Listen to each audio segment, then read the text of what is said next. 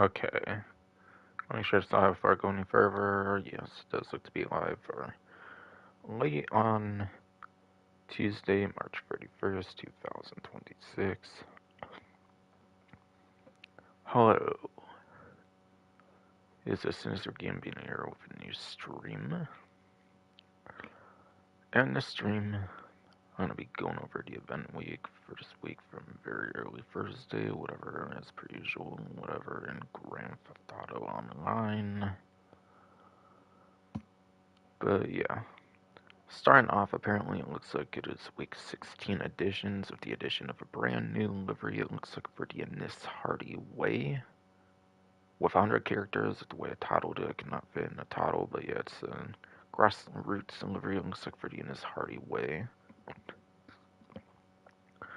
A vehicle that was actually brand new, released in the previous Money Fronts DLC. So a vehicle from the last update getting a new livery, basically. So that seems to be a little bit of new content, basically. Otherwise, up next is 3 times the rewards for the Community Series Showcase. And this one, like the first week of the free weekly community series, kind of like huge, like event month kind of thing in a way, or whatever. For the 3 weeks of it, basically. Like the first week is a race-focused one.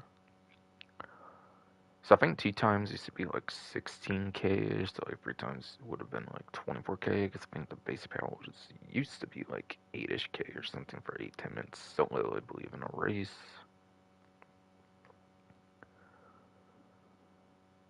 And yeah, I think Criminal Enterprise DLC onwards, every single race type got like a 50% boosted or payout or something. So take the old 24, 25k for 3 times. Half it, that's like 37, 38k with like another 12, 13k or so. Again, max payout for a race is apparently like 8-10 minutes. I think it's contact missions where you have to spend like 16 plus minutes, which that would be the highest I would see races paying, if I'm somehow wrong in 8-10 minutes. But I think it's like 8-10 minutes for a max payout for a race or something, like half the time of a contact mission or so. If you did want to play them solo, of course, which times like 6ish or so, that's only like a couple $100,000, I think, an hour or something. Not really great, obviously, solo, but you're obviously meant to play them with other players. But when you do that, obviously there's a lot of RNG, like randomness. And obviously maybe get matched up against like highly skilled players sometimes, or other times you get matched up with like complete utter noobs and stuff. So obviously payouts aren't exactly the most set in stone for races compared to other like job types.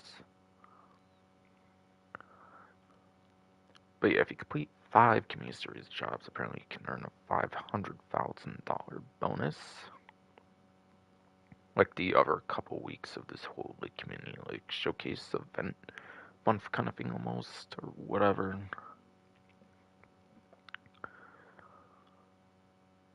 I'll be honest, I myself did not do the deathmatch one. I wasn't really like wanting to play other players or whatever basically in deathmatches. I didn't really bother with the like last week. So I myself didn't really do that. The first week I actually did it kind of at like 1 a.m. So I might have not someone got the 100k for the first week either, for all I know. Sure, never got in-game notification that I got like 500k or anything over the first week even, I think. So if there is one event of the free like events they've kind of been doing this that I will be able to actually get a 500k bonus, it'll be this week for me at least. Yeah, select to join the community series as you would probably expect at the bottom left. After that, no joke, you can claim for free. It's not April 1st yet, but yeah, claim for free. Joe built Phantom Wedge. Be a special vehicle, the third of the special vehicles that they're doing for this kind of community showcase kind of event month thing. Now you can basically claim for free the Joe built Phantom Wedge. very similar to the first week of this whole kind of monthly kind of thing, kind of dated, and similar to the ramp buggy from the first week, but yeah, it's in the form of like a big rig instead. But yeah, there's no engine upgrades or any of that for this vehicle, unlike the ramp buggy where you at least had minimal armor, like engine. However, you had no physical modifications, I believe, for the ramp buggy, not even the spoiler that I think is in like the special vehicle work, for example. That wasn't even available for the ramp buggy. Yeah, literally, there's no customization for the Phantom Wood for like official means. Not counting like mods or anything like on PC or anything, obviously. Not counting on official ways, obviously, that aren't supported by Rockstar or whatever. But yeah, this does also unlock you to Plowed VIP work as well, by the way, when you get the vehicle. Plowed's a VIP work that basically pays you like 30k, and I think it has like a 1 hour cooldown. Not the greatest normally, but on 2 times VIP work event, it is pretty good for free mode money making. For sure.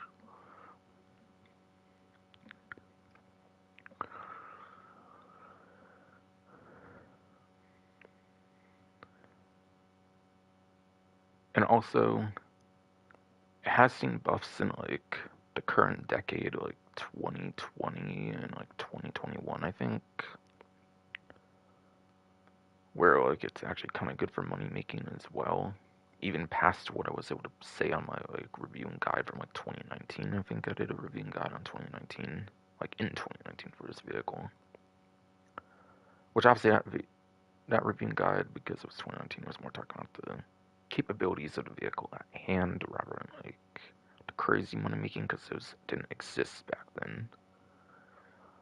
But yeah, in Kyle Perico Heist, it's very good if you do like the long fin approach for the Phantom Wedge. That vehicle makes the long fin approach for Kyle Perico Heist like very good. It's a pretty essential vehicle if you want to do the Kyle Perico Heist very well.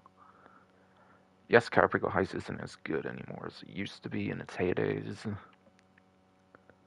But especially if you don't get the shitty Mito Tequila, or otherwise the Sense Mito Tequila for the official name, as I like to call it, the shitty Mito Tequila. If you don't get that, Cover Guys, I think it's still pretty good. Especially if they do, like, especially yeah, if they do another like pink diamond event or something where you can get like a very huge chance of that, or even just a simple pamper statue every once in a blue moon. Phantom Wedge would be absolutely amazing for the Caprico Heist. If you don't yet have that. Otherwise, there is the Los Dos Santos Tuners DLC robbery contract, the last contract. I find it to be pretty good for using as well. So those two money opportunities I find it very good for. And on the bottom left, select to visit the Wars.cash and carry website, because it's on that website. And as a reminder, you do actually need to own the vehicle warehouse, as it does actually say there. Actually, that's right, it does as well. If you do not yet have a vehicle warehouse, as a reminder, they have been giving away the LSIA one for the last couple or so weeks, and this is the final week to do that. If you have like the cheapest location, again, I do recommend upgrading the LSIA, because I find the cheapest location isn't good for the DH7 Iron Mule, and this location might actually be very good for the DH7 Iron Mule that came out with last winter's Agent of Sabotage DLC or whatever. Agents of Sabotage DLC. But yeah, as a reminder, as I've said before, though, any vehicle stock you might have in a vehicle warehouse, you do have to actually sell if you're going to upgrade location. So if you have not yet done that, I recommend doing that in this event. If you need to upgrade to a different location, for like the free location, if you have like a worse location, like the cheapest one or something.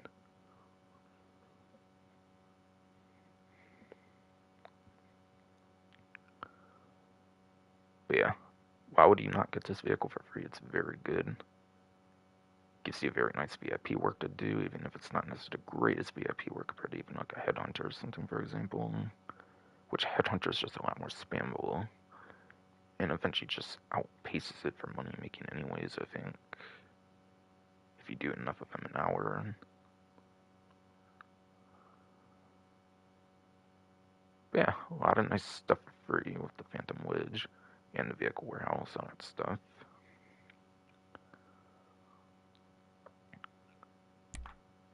And 2 times rewards, I do believe it actually stacks for 4 times for the last plus event.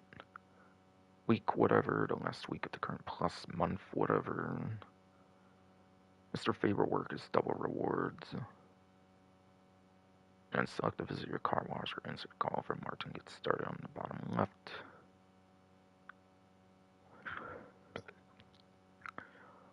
I believe within like the first month or 2 in this latest update, they have actually given the hands-on car wash for free.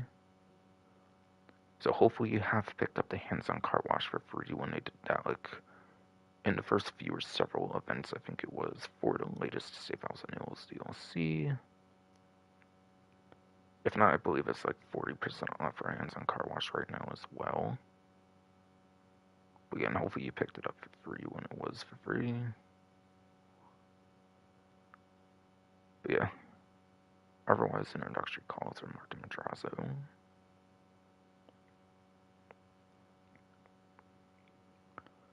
Biddies? I think they pay like contact missions if I remember right, correct? I believe it's similar payouts to contact missions, yeah. Like kind of newer contact missions like the Reaper Works, like the ones with the more updated payout structures. At least before they receive some more recent buffs and like later updates. Something like that. Or maybe even counting after that too. So 4 times does have potential to be really insane on the 4 times or plus, not gonna lie. But honestly, for 2 times, I don't know if they're necessarily too worth doing for 2 times, I'll be honest. Maybe just for 4 times for like the plus event for the most part. I'll probably go into more details on this when I get in the game later though. And basics of GTA on the line up next. What's new? Really one of the Livery suit is advertised like each event until it's just gone basically. Like I actually swear it seems like that's going to very much be the case. I do not want to go down the rabbit hole being like what, like the 4th time I'm having to see it advertised now. Yeah, moving on. For the sake of my mental health and stuff right now, I guess. But yeah, I believe the plus event ends on April 1st, or not necessarily April 1st, but April 2nd being the first day to usually like do a new one, obviously on Thursday with a new event. And it's like kind of once per month. So if you want the free Rapid Fireball ASP, it's kind of some of your last moments. Albeit pro tip, since you have to be on newer platform for the subscription, just do tier 4 of Agents of Sabotage and you can basically get the vehicle for free at all times anyways. So the only thing that makes it all that good is if it has HSW upgrade already on it at the car club, which I highly doubt, or like car club wherever it's even like stored, where you can like physically look at it, whatever, like the docks or whatever. So honestly, not really the greatest thing, so you won't be missing out too hard if you haven't got that, obviously, since you can always do Agents Sabotage tier 4, but still. And again, you have to be on newer platform for a subscription anyways, so not going to count for the legacy platforms there. Do you want to buy shark cards for some reason? Honestly, kind of maybe could use some more money for something coming out later in the event. That goes into leak, like spoiler territory though, so I don't really want to go there though on the stream. But I do have a leak video for those questioning like what I'm talking about. Or otherwise, it's been being talked about all around, like on YouTube by other bigger YouTubers, I'm sure. It was in a recent Gilly Master video, I think like a week or 2 ago, for example, is what I'm talking about, but yeah. I think after that, it's just a bunch of stuff that's been kind of going on for the last couple weeks. Yeah, I don't think any of that's new. But obviously, like, the middle part kind of goes to that 500k thing, I believe. That was, like, on the main menu earlier.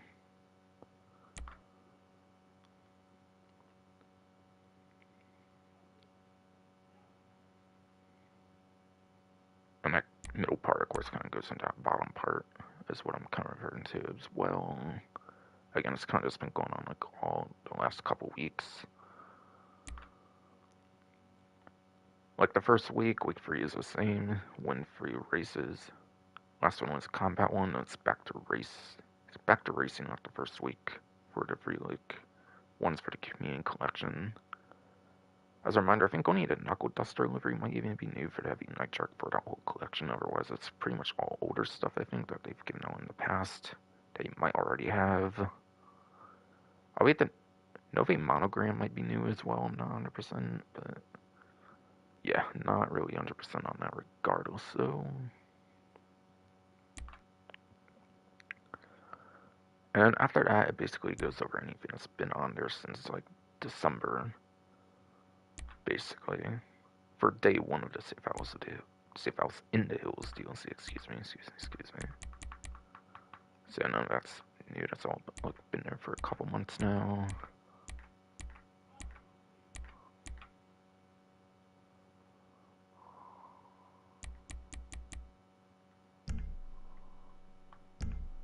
Alright, definitely need to check my stream, because I tried an attempt, like, much earlier on in the day, and it didn't work best. This, okay, good, it's still working this time, actually. Actually. I think it's when my, like, mom works from home, and has more problems streaming somehow, I don't fucking know why, but, yeah. And of course, you can't, like, do L1 to get the story from online, you have to go to the plus menu first, which is annoying. So of course I have to see the like annoying advertisement there again.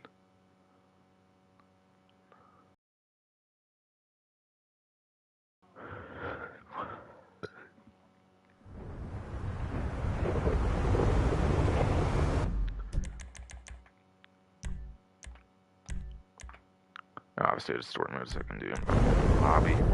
By the way, if I haven't said it, yeah. That's why I pretty much always go there for those not aware. Rather do that, obviously, and go to public, then invite only, which is such an ass backwards way of doing things. I wish you had the option to choose invite only from the online menu, but you just don't, unfortunately. Always forced to do in the public unless you do it in store mode first, I think. It's a good morning. Ooh. She didn't say the thing, though. It kind of bums me out, I'm not gonna lie. Not gonna lie. Alright, so yeah, indeed, that event is ending. The one game thing... Alright, yeah, that is actually a new livery, okay. I looked on the GT Series videos community post. Since it's actually the same newswire, I think, in the last couple weeks. It's one of those rare times where they don't actually do a new Rockstar newswire. I think the last time was like Halloween 2025, where they kind of had like a newswire for a couple events there as well.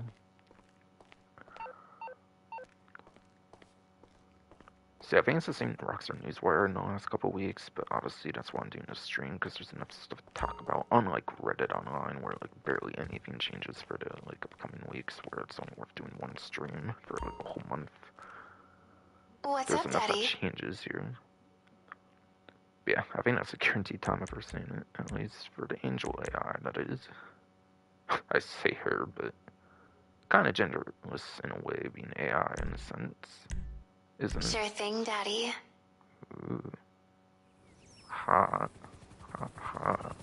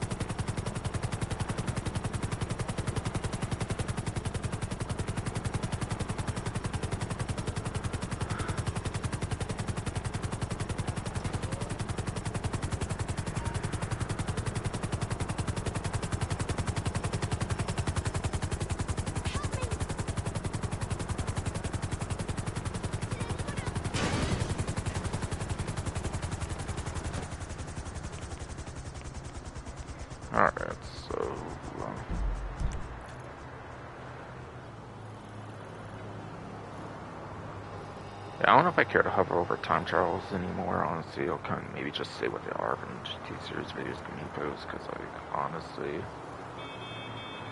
my newer internet since, like, November, I think, of last year does not like images, like, in this game, at least, anyways.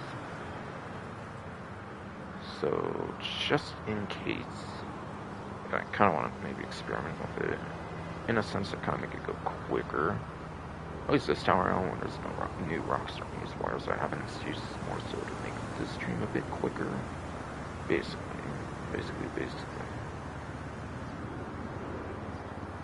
When there was no new Rockstar news wire, it was basically.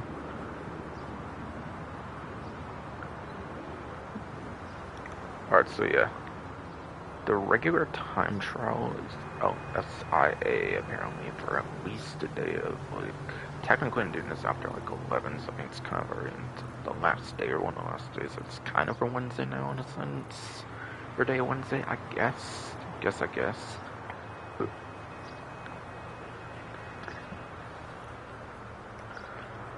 yeah, the first LSIA one I think is the one that kind of goes from like there to like somewhere over like here or something, right? Or maybe it's over there or something.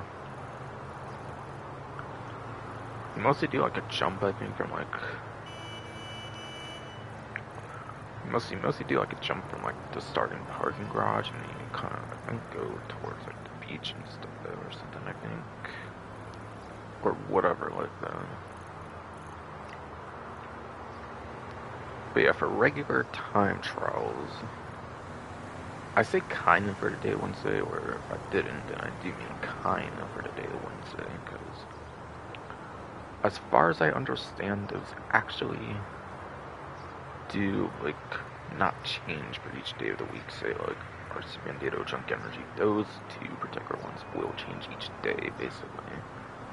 I think when San Andreas Mercenaries first came out, like, in summer 2023, and yeah, summer 2023 actually did change each day for the thing.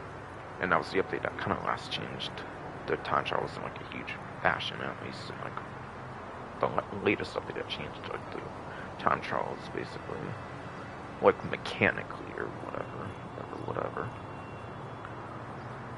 So I think when they came out at first, it did change each day, like, the RCB Junk Energy, but then it got tired changing it with, like, there being much more the regular ones, or something like that, or whatever reason. So now it's, like, the same one for each day of the week. I want to say it probably does pay a daily 50k payout, and if you do it like 7 times for the event, that's like 350k a week or something. If you wanted to do that for whatever reason, which I probably don't advise doing, especially since it's only going to be the one time trial for the week. If you are going to do it, maybe just do it like once or something. I don't know if it's even worth doing it like 7 times, like 350k like a week. To be honest, it does in fact work that way, but because it kind of randomly changed, I'm not really sure how it works much nowadays. But yeah, pretty much the best vehicles to use is going to be for motorcycles especially, and if not, then probably supercars or sport cars, as I'll get into like a couple of time trials for now, basically. And actually, since the RCB Data one is daily, I actually have to kind of show that one since it's not on a GT series videos post, since it changes every single day, so there's no reason to list it on that can be posted on their YouTube then. But yeah, as long as you like learn to turn corners naturally, like the respawn mechanic, quoting triangle 1 on Xbox, or whatever key on PC, I found it would be pretty easy to do most of these eventually over time, with enough practice on each particular time of trying to do it.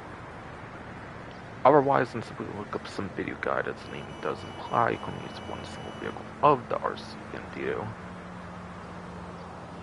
So unlike a regular time trial where the vehicle matters a lot, just no changing the vehicles, you got all your stuff with just one option, so it's all about learning those turns and corners, whether it be for the respawn mechanic or being very lucky getting it like one and done try without like a respawn or like any of that. Or of course some video guide out there on YouTube or something. Because that was the advice for those, pretty much. Not just that one, but for any of the 15 or so bar speed data time trials in the game.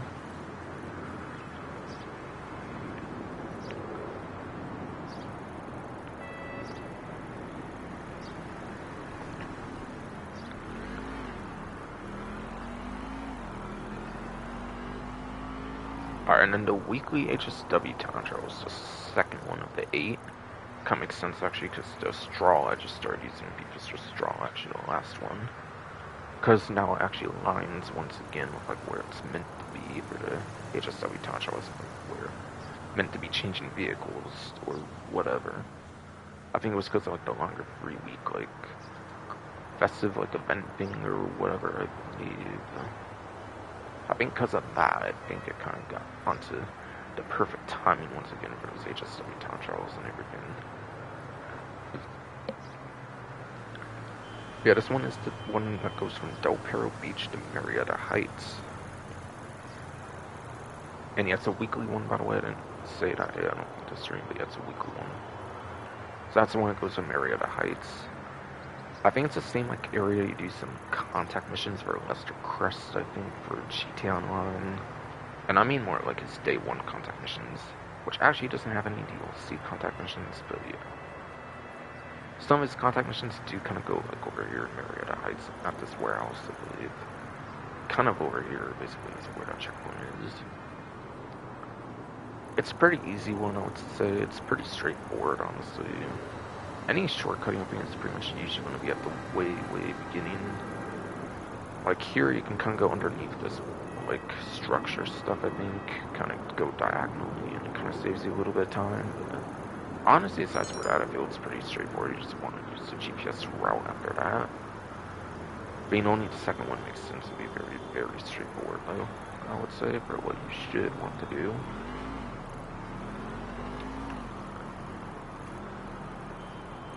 And then, yeah. Also, it is only on the newer platforms for PlayStation 5, Xbox Series X, S, PC Enhanced. It's not on your legacy platforms whatsoever. So yeah, the HSW subclass can be further broken down into 3 subclasses, which for me is Class C, Class B, Class A. Class C is compacts, coupes, ironically two classes that start with C.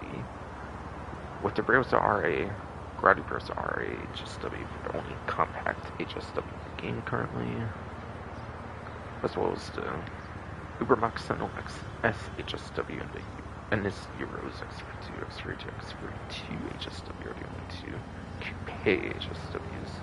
So literally those 3 vehicles are the Class C, basically, as I call it anyways. Some might consider it Class A, depending on like what order they're kind of going through and stuff. I like to call it Class C for that reason. The classes, the vehicles start with C for their main classes as well. Class B, I think everybody agrees with Class B, and that's pretty much muscle car, SCP, sports class, and San Andreas Mercenaries DLC onwards eventually added off-road as well, which the off-road ones are the HSW Monstrosity from the San Andreas Mercenaries, the burst of HSW off-roads in the game, and then that HSW Fireball ASP I was going to talk about because of Plus subscription earlier.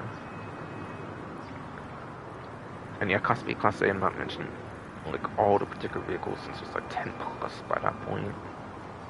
And Class A is what I went into with the regular time trials, which is going to be your sports, supers, and motorcycles. So I'll go through this time around.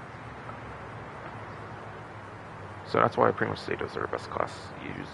They're the Class A, basically, for the HSW subclass, so going further into like the subclasses, so that's why I said those are the best ones to use for regular time trials for those 3 classes right there.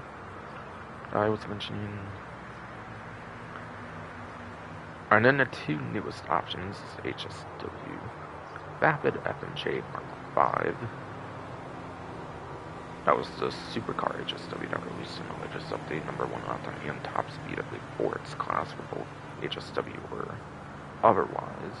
Pretty much is the best new supercar in the game, as long as you're on an eligible platform that has that vehicle in the HSW, like, version of it or whatever. So that was a very good new one for the, like, penultimate latest one or whatever. And then the true latest new one is the P-Visitor Straw that I started using in the last stream. That one was added for the Sports Classics class. But sadly it is the number 2 lap time in, but yes, sadly it is the number 2 lap time and the number 3 top speed, which means Turismo Classic was already better for lap time, as well as the Turismo Classic, aforementioned Turismo Classic, and the Stern GT are actually better for top speed compared to the said P-Visitor Straw I'm going to be using later in the stream. As long as it works long enough, of course, that is, and everything. So if you want an idea of the newest options to use, those are those two, basically. So I think I pretty much mentioned everything I was going to mention from that one. And then the daily junk energy tantra. I guess technically if it's day Wednesday now, so it's like late in the day Tuesday when I'm doing this right now. It more so is for, and that is Borough Heights. So the advice is largely similar, I would say, by the way, where it is compared to like our spin data time trials, as there's only like 1 to 2 vehicles you could even use on this set of time trials. That is going to be your regular inductor as well as a junk energy inductor. Most people probably be using junk energy inductor since that's one provided. Most people don't really bring their own inductor bike over, but you can do so. And I think that's the only way to use the regular inductor. The only real difference is one has a livery, one does not. They're the 2 bicycles. The 1 to 2 bicycles got added in the San Andreas Mercenaries DLC next summer 2023. Which, by the way, you cannot use the BMX or the race bikes or any 2013 bicycles. Those are actually not allowed. So as long as you don't fall off going to go maximize the curse boost, you should have no problem getting the junk energy tantra, I would say, whatsoever. If not, then simply look up a big guide. Again, device largely similar to our Bandito. So yeah, you'll always have a bicycle that has curse boost access, since those are the only ones allowed to be used on it. For the newer 2023, for the 2 bicycles, only the bicycles released in this decade you're allowed to use.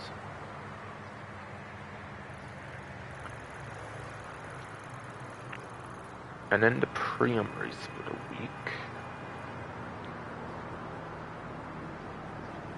They don't actually say what the class is on the GT Series videos can you post, like, yes, I'll hover over it. It is for the supercar class, apparently. So if you are on newer platforms, you will pretty much largely want to stick to HSW options.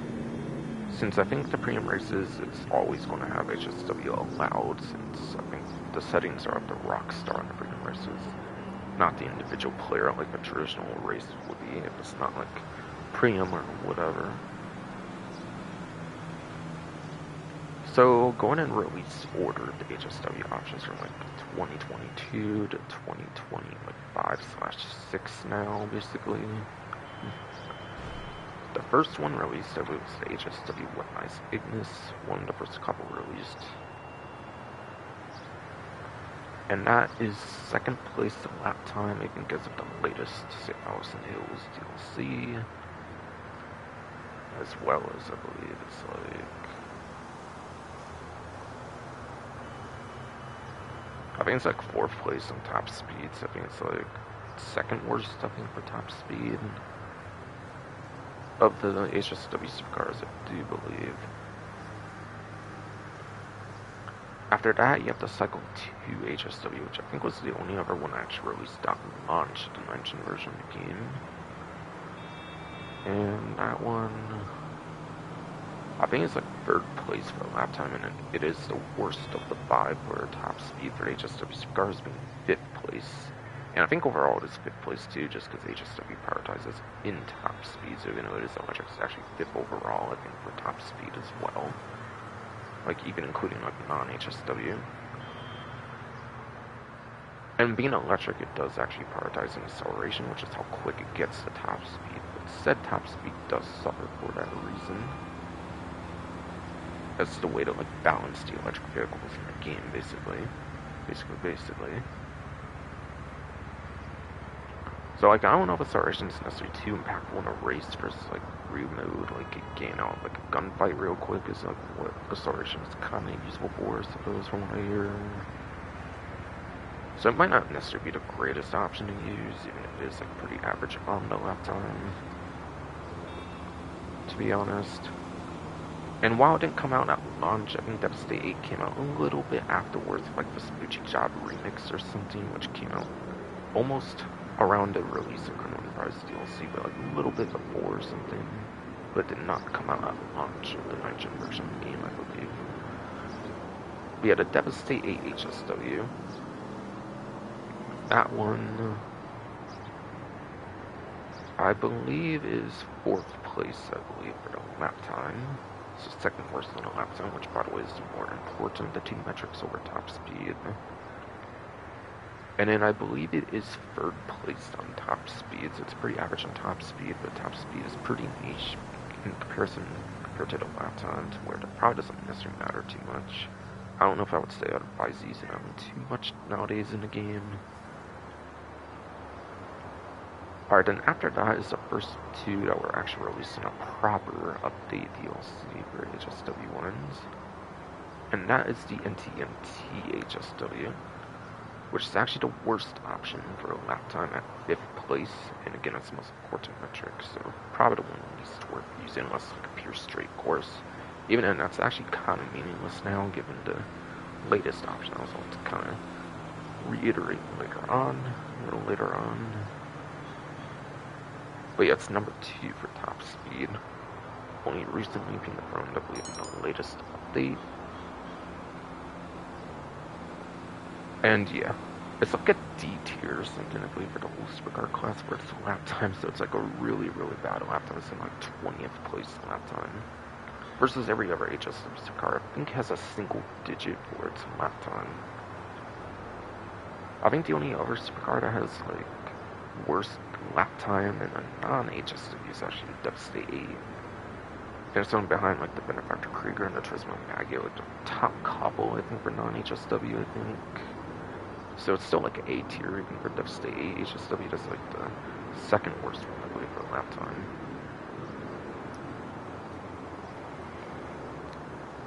And yeah, finally, last but not least, goes to the HSW Vapid FNJ Mark 5.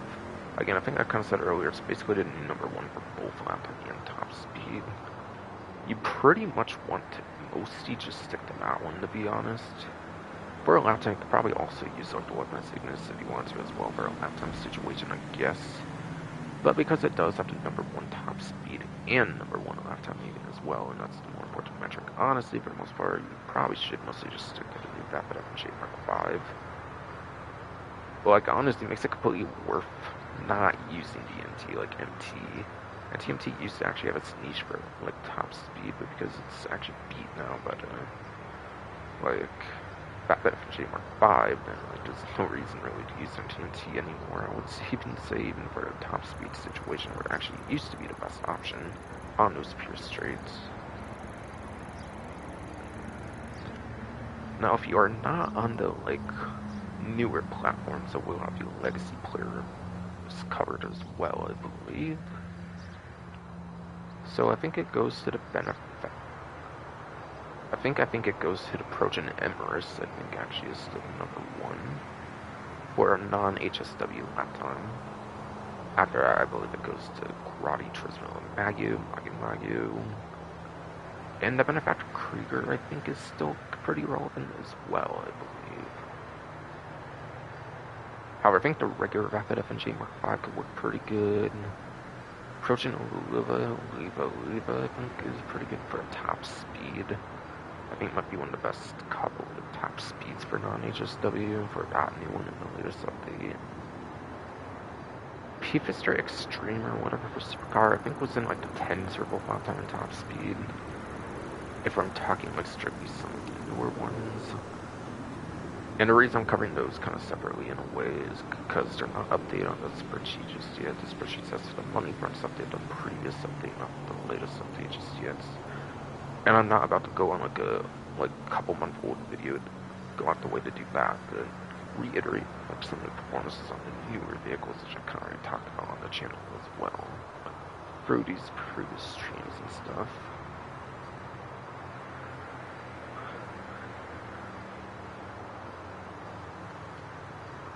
But yes, so trying to think though. Trying to think though.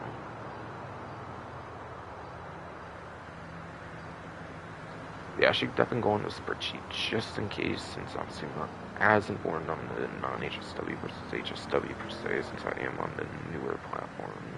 So obviously though, it's not really my main specialty anymore.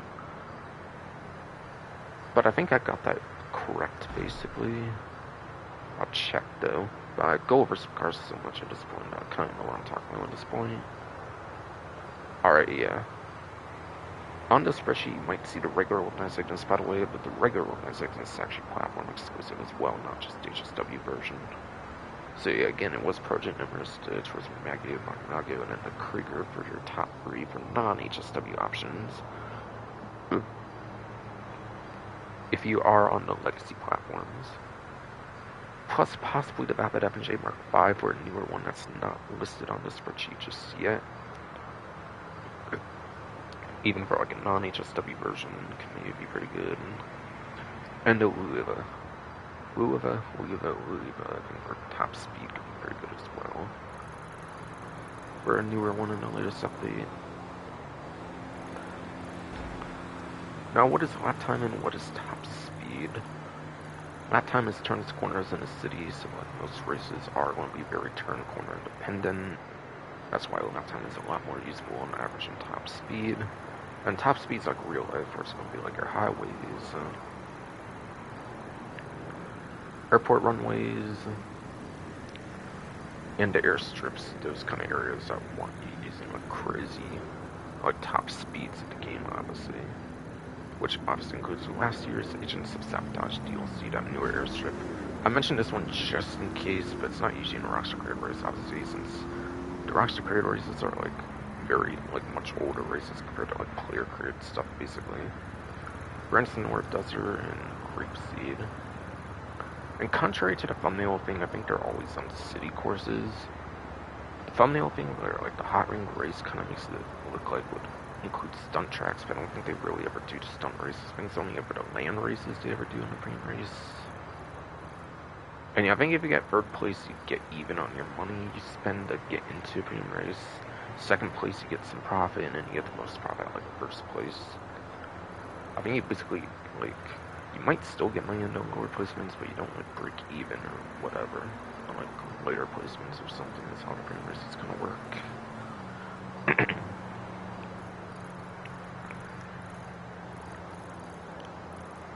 And then how do you know what the race course is going to be if I'm not going to actual race course? You can do square for start job, that'll be X on Xbox, and whatever key it is on PC. When you do that, it will take you into the lobby screen for the race. Also, you can actually press right on the D-pad if you're in the visible Corona location, by like Michael's garage area that's in like single player. For example, the like 4-car garage he has in single player. I think that's where that's at. Or you can do like quick join on the phone, I believe, as well. But yeah, if you're in the lobby screen, do square and you'll get the map of the race. And from there you can actually analyze for like lap time, like turns corners, like pure straights, see if it's a lap time or top speed heavy course. So you can choose a realistic option to choose for vehicle or whatever course of the course. If you forget to do it there, you can also choose it when you choose a vehicle, which I think is more there if you do it through like the quick join, like on the phone. Like obviously, since you won't be in the lap screen, if you do like on call, then you have to kind of do it there as well. And plus, it might help you remember like a certain vehicle that's good in a certain case or something. I assume there's a couple of reasons they allow you to do when you like are about to do the race even as well. If you forget to check the map on like the lobby screen.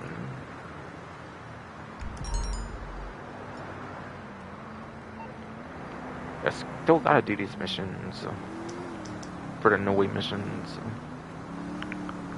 Main reason I haven't is because the main reason I haven't is because of like more like streaming issues I have nowadays. So that's why I haven't done those yet. By the way, the ID business, ID business stock and Gorgie, whatever. Kush weed, whatever. I was tourist board. It looks like we're technically, I believe, the day of Wednesday now, so I'm doing it late. I started to stream late on Tuesday, but now it is actually Wednesday. It is deer, pig, and seagull. Deer you can find like the Vinewood Hills kind of areas, like Shadow Mountain State Wilderness, Mount Chilla, like all the heaviest density like, animal areas. You can find like deers and all those basically. Pig would be like farm at like grapeseed, something like that, like a farm at grapeseed for the pig, most likely for like where you would probably find that one. And seagulls are also going to be by water, like in real life, obviously. So like something like dock areas, maybe LSI, like the beach kind of areas and stuff, especially for seagulls, most likely.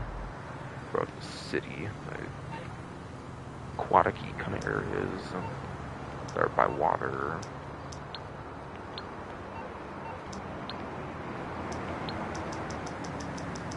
And you have to be on newer platforms for this. You don't have animal support. Like free mode, if you're on no legacy platforms, you won't have this on these platforms. You have to be on one of the newer platforms for that. Same platforms that have the HSW features enabled. Plus promotion, of course.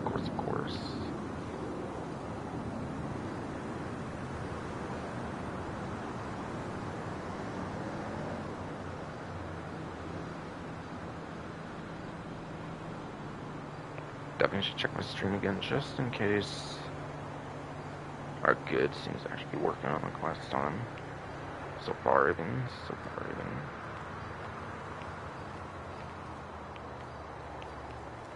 5'10", average build.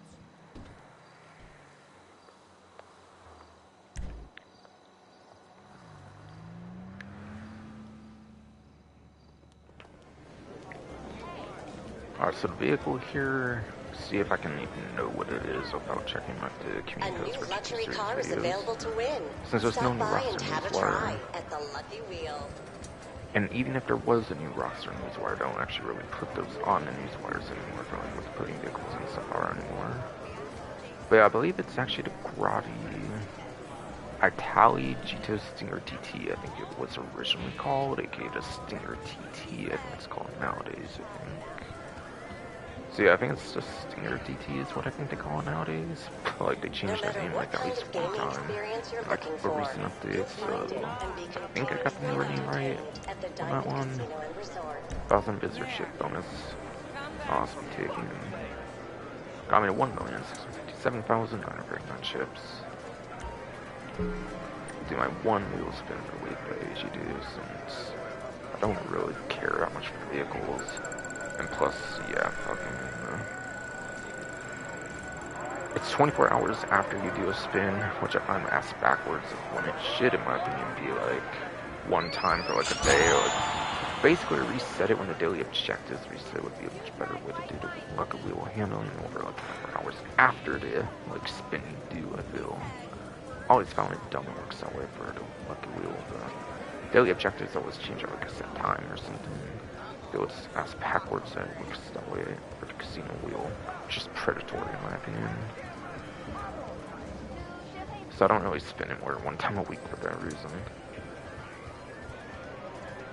Alright, my night closed at 100,500 towards halfway point of being maxed out for the 1,500 gets each time because I don't pop the popularity or whatever. Like I know it's really easy to do, you literally just spend it like 100k. You know, as long as you like upkeep it, like 10k each time you get like money in there, it's really easy to do. But I just cannot be too bothered with doing that, honestly. I'll be honest, it's a lot of like having to go back on the game for it and stuff, I feel. Or something. Something big. I think I got 50k, right? So I got the 991. No. $9,912,241. My bad, that bad. That's correct for sure. I don't know why I was like thinking like 900K or something. I think my bad there. But yeah, I swear that's definitely the Stinger TT.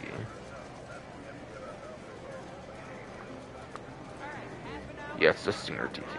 Yeah, that is correct for the newer name change it received. Instead of the Itali GTO Stinger TT like it used to be. So that came out in the San Andreas Mercenaries DLC summer 2023. And it is both a Monitech and HSW, but HSW obviously only out on newer platforms. So on legacy platforms it will only have the Monitech features. What'll get some discounts. So the Grady Stinger TT. By getting this vehicle, you will be saving at least $2,380,000. Plus the deliveries I think are like 20-30K on average, so like maybe like more like 2.4 million as well. If you do manage to win the vehicle. I think this one has all the bells whistles for the most part for Monitech, aside for course glass and like front machine guns. I think it says for like those couple features. I think it has like every Monitech feature basically in the game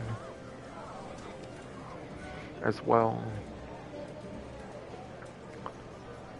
See, it does have armor plating. 100% this one does have the armor plating.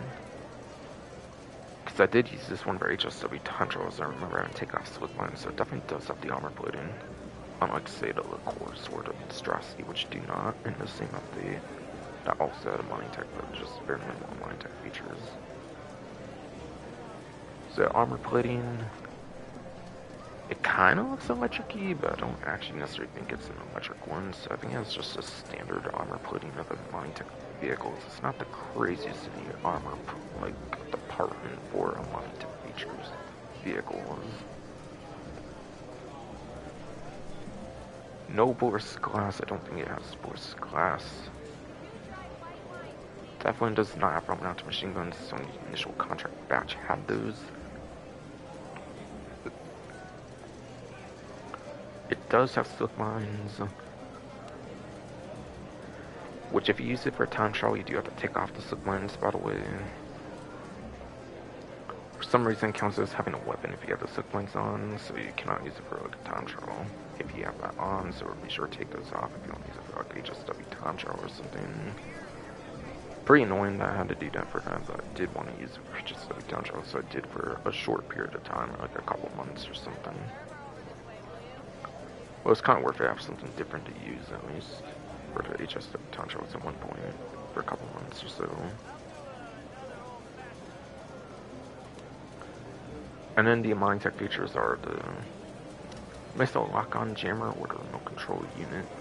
It kind of looks electric-y, but I don't actually think it's electric, so I don't think the remote control unit's the most beneficial. So I probably wouldn't go remote control unit, I'd probably just go to missile lock-on jammer on this one.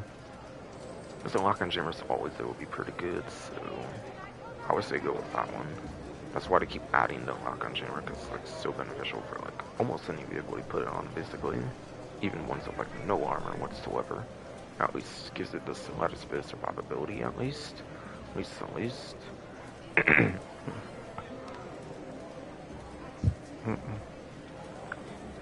If you are on newer platforms, it does get the HSW treatment. And you can do that with a Monitech, so it's a Monitech and HSW, which makes it, in some ways, some of the best Monitech vehicles in the game. Or the Stinger TT and like the other ones have both features. Which I think are really only the Monitech ones of the Mercenaries DLC.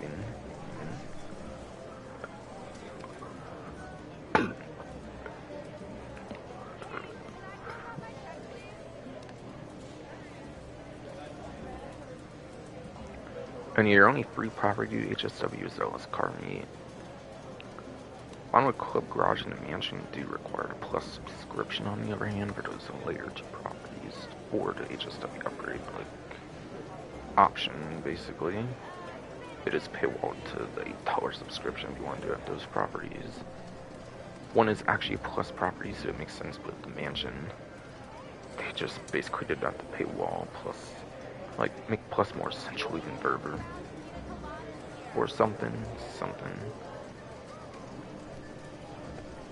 And yeah, mansion I think has like the mine tech features as well if you do plus. If you do plus, I think you can also do the mine tech at the mansion as well. As well.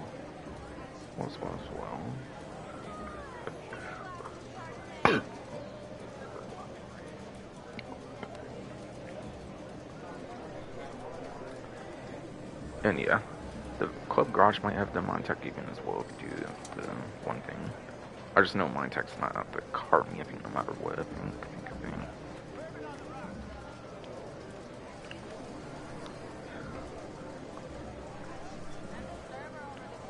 So yeah, this vehicle is in a sports class, if I'm recalling right for sure.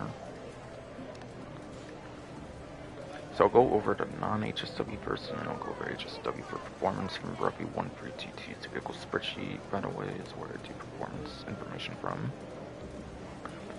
So the Stinger TT for the non-HSW version,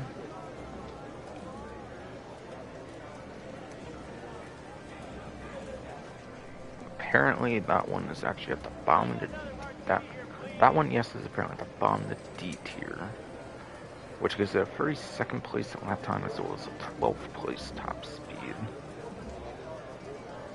So it actually does have a single digit top speed technically as a non-HSW, as long as HSW is disabled in a race, since there's 6 HSW vehicles, I believe, for sports class, which gives it at best like a 6th place at lap time, which will always have that on legacy platforms, but you can get that as well on the newer platforms if HSW is disabled in like a sport car race.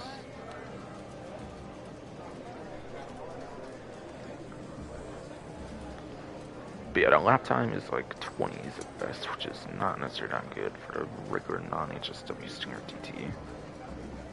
So it's alright for top speed regardless of what version you have for the Stinger TT, I would definitely say. It's even kind of decent. But yeah, when you take it to HSW, it gets a whole lot better. Going to bottom D tier to like top of the A tier, just barely missing out on the S tier, which gives it 4th place for lap time as well as 2nd place top speed.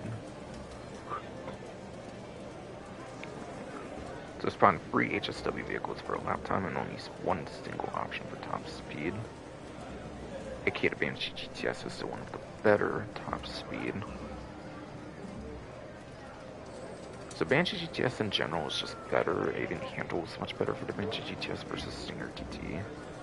Stinger TT actually doesn't handle that good, it kind of doesn't respond that great to turns, I believe, if I recall right, in some capacity. But I mean, it's still a very good vehicle for HSW and Monitech. Regardless of what platform you're on, it's a good vehicle, no doubt.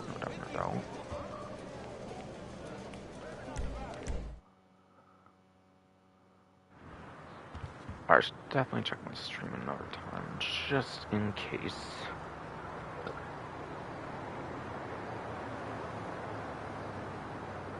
But it's still working, it seems. Okay, good.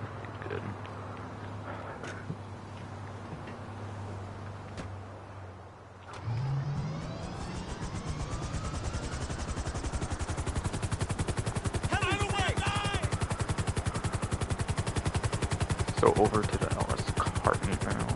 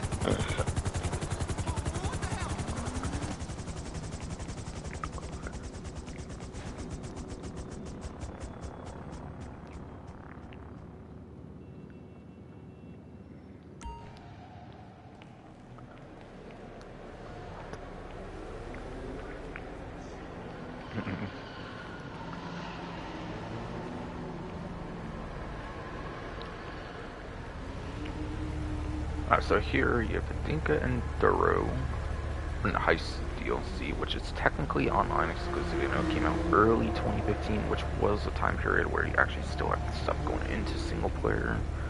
Heist DLC was the one exception in the early days of the game where that stuff was still just made online exclusive regardless of it kind of being the norm of actually having this stuff in single player back in those times.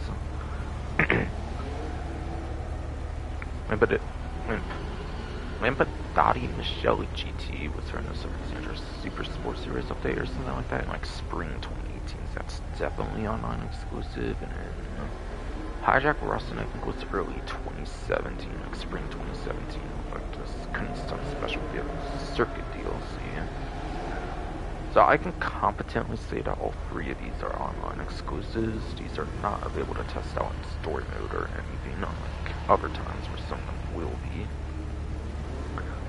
And I'm also competent in saying these are all going to be vaulted vehicles as well, so they would not have access to the missile lock-on jammer whatsoever. Vehicles only have access to that if they've been brought back from the vehicle website. If they've been vaulted in the last couple of years or so, then obviously they're not going to have a missile lock-on jammer. It's worth mentioning as well.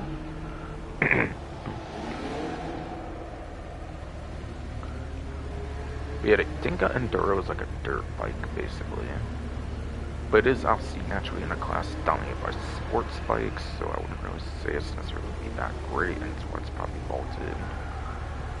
It's probably not as good as, obviously, say, like newer dirt bikes like the Manchester Scout that came out like the Caprico Heist DLC with this insane like, top speed, for example.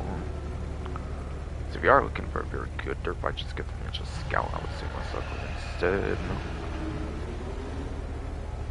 The Michelle GT is in the Sports Classics class, which is a class dominated by like old school supercars, so I wouldn't really say this one's that good. For sure, for the Sports Classics class, it's just not going to be good like at all, basically.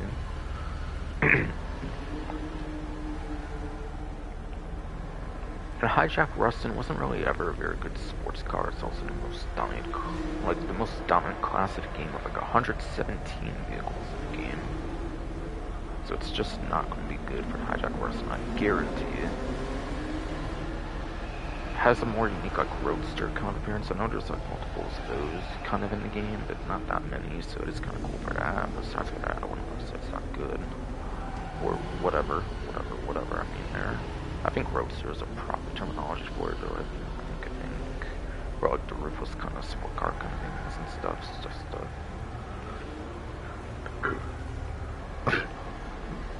Not really like a huge car person, so I might have got that term wrong. So apologies if I did or anything.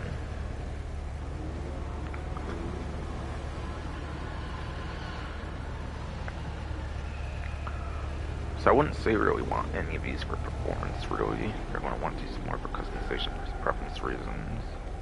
For different reasons I've already just explained. But yeah, they definitely are on the vault list.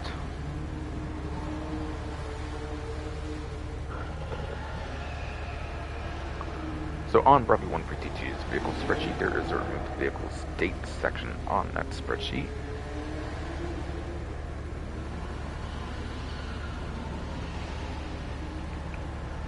Looks like there is the maximum of like 8 there usually is for the vaulted vehicles. So it looks like Simians and Simians will be all vaulted vehicles like it was last week, I think.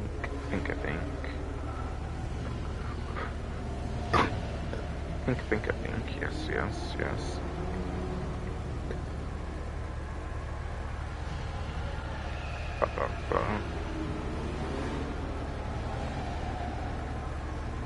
So between any vaulted vehicle that makes an appearance for the current event, this one actually has the least appearance rate of like 9 appearances of any of them for the current event. So that means between Sandra's Mercenaries DLC like summer 2023 or so to like now and like early 2026, like over 2.5 years later, it's only gonna be like 9 appearances on different dealerships. So the appearance rate is actually the worst of any of the 8 on the dealerships this time, or vaulted vehicles. For the Enduro,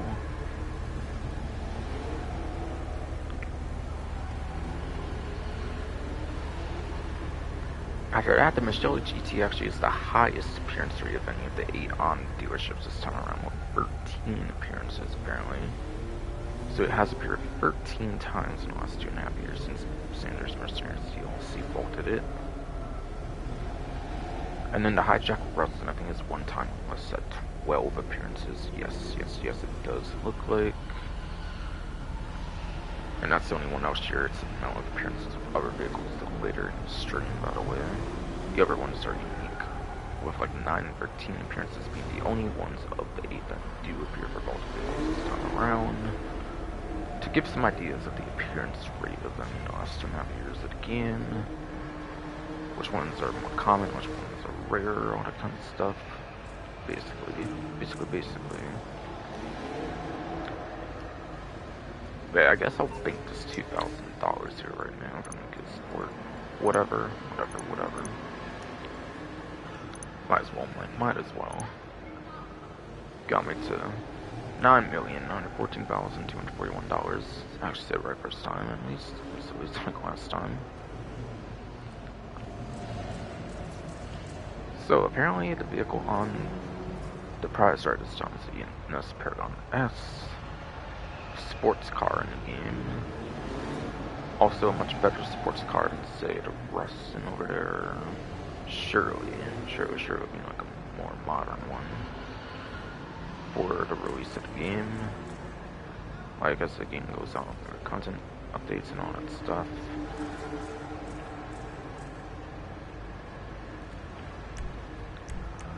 Said prize art challenge is to place top 3 one single time. So yeah, for pursuit races, those are 4 players, so you have a 75% chance to be doing the bare minimum like 4 players, which is pretty good rate, like chance if you do want to do a pursuit race, minimum 4 players, but randoms are probably going to be inviting more than like 4 players unless they're actually going hell out the way for like the prize art challenge, which I don't really know if a lot of randoms do that nowadays in the game. So I'd probably just advise doing a street racing method of 2 players, or even 3 players, would be guaranteed entry for the challenge for a street race in particular. Does that minimum player count of 2 players, and you can also do 3 players for a guaranteed entry for the challenge for all participants in said street race, I think, as well. I'm not actually sure if the pre-mode sprint races count, but those might be an option as well for like 2 to 3 players as well for like the pre-mode sprint races. But again, I don't really know if those actually truly count or not. Otherwise, there is drag and drift races, but because they came out a couple years later, 2023, I don't really assume they count for the challenge, so I'll just leave that there. See, the best option would pretty much be the street races, pretty much for sure, like it usually tends to be. Especially since it's like a top 30, which is below the 4-player minimum count for a pursuit race. Then yeah, I mean, street race would be the way to go for that, for this prize ride this time.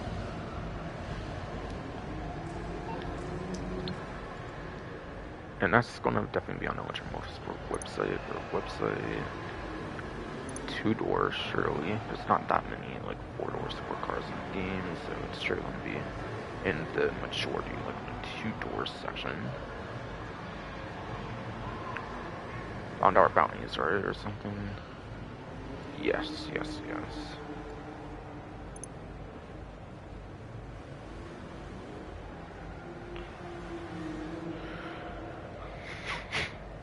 So by getting this prize ride vehicle, you'll be...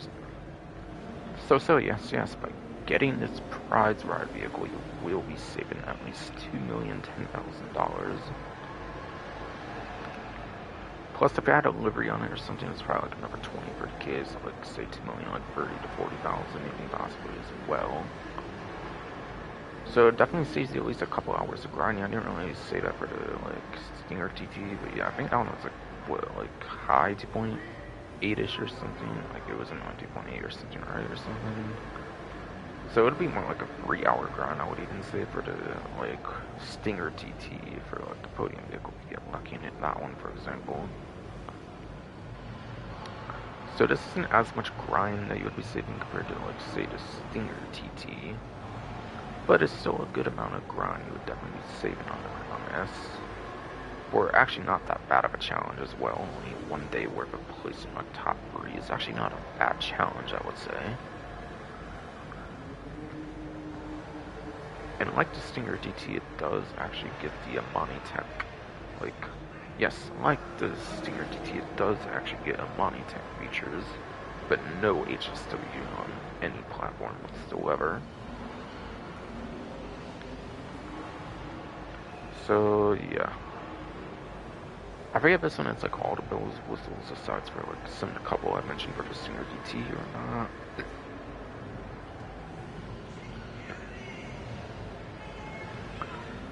I think this one does have armor plating if I remember right.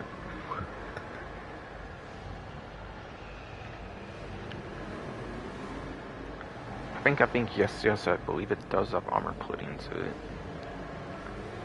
Yeah, the Paragon R that came out like the casino, like, resort DLC, I think had armor, and I think this does as well, if I remember right. I forget if that's Boris Glass, it might have the Boris Glass, like the Paragon R armor from like Casino Resort, which, yeah, I know Mine Tech was nothing at that point, but just to make fair comparison for why I think it has all the bells, whistles for the most part, but for the most part. It does not have the front mounted machine guns like the companies say it doesn't have that, unlike the Paragon R armor from like Casino Resort, for example. So you definitely don't have the like armaments on the hood or whatever like you can on like the contract DLC badge. I definitely believe it has slick lines on it as an option. And then there's the lock-on jammer or remote control unit. It is a sports car, you can kind of do whatever one you want, and it like super quick already pretty much. But it's not electric, I don't think, so I think you might as well just go to Mr. Lock-on Jammer if I had to choose one of the two, honestly.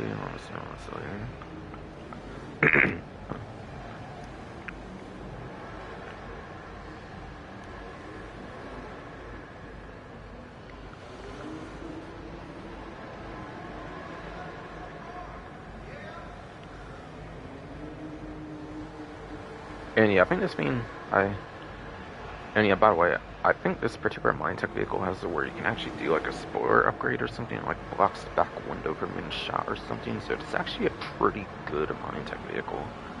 You can basically prevent your back window from being shot outright, if I remember right, on this vehicle, which makes it really unique. And one of the more protective Mine Tech vehicles in the game, and also give really good speed. Like the Patriot Mill spec can do something similar, I think, for example, with like a modification, but I think it's like a much slower vehicle than the Patriot Mill spec, for example. So this is like a really quick sports car. You can also protect the back window with entirely, which is very huge for a Mine Tech even as well. So I find this one's really good for a Mine Tech, one of the best Mine Tech vehicles. Besides for the armor plating. It's not electric again, so I think the armor plating is kind of on the weaker side, but it's still not that bad, especially if I'm with the missile lock-on jammer. And yeah, hold on, actually, let me get back to that. So I can talk performance on the vehicle as well. I didn't do that yet, so my bad.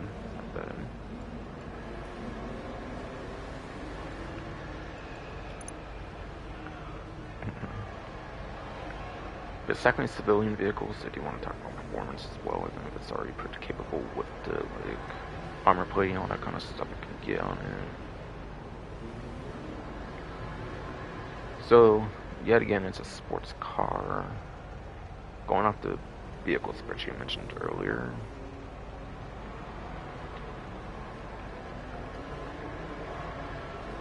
It is at the top of the B tier, apparently. And as a reminder, HSW Stinger T was the top A tier. It's a B tier, actually, even.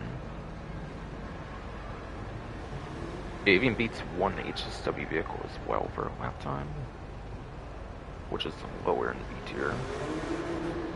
It's the top of the B tier, which gives it 8th place for a lap time. It's almost 19th place top speed. So I think at best like 13th place for top speed, because you can go 60 better for top speed, since that's the specialty of HSW after all, is the top speeds. And yeah, I think at best it gets like third place, I believe, if you take away HSW for a lap time. So it is basically the third best non-HSW for a lap time, which is very insane. So on legacy platforms, it's going to be absolutely crazy on those legacy platforms.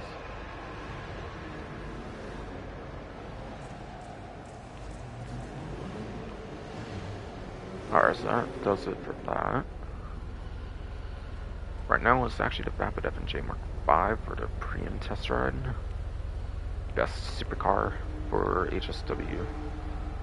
And therefore, it's basically the best in all metrics for a supercar right now in the game. If you are on like some of the best platforms to play the game on.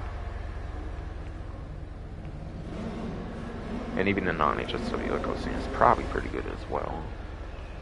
Earlier when I was talking about the pre-in race. Yeah, it's not the latest updates, it's obviously definitely on the website.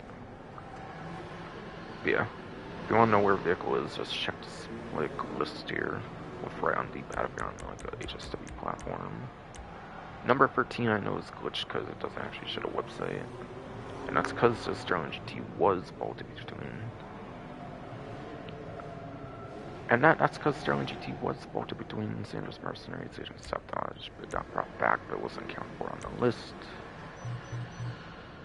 But everything else I think is pretty much correct on the list, I do believe. But there might be some other mistakes, I'm not really sure. But yeah, it's definitely on Legendary Motorsport from the latest update. And it's obviously not bolted being the latest update. And you haven't bolted games for like, what, a couple years now. For vehicles. For vehicles.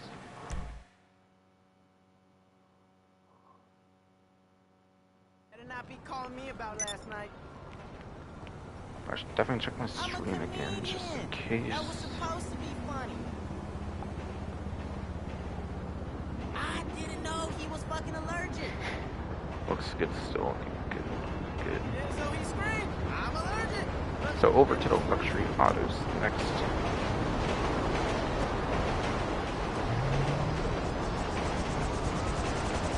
Luxury autos is usually very quick, so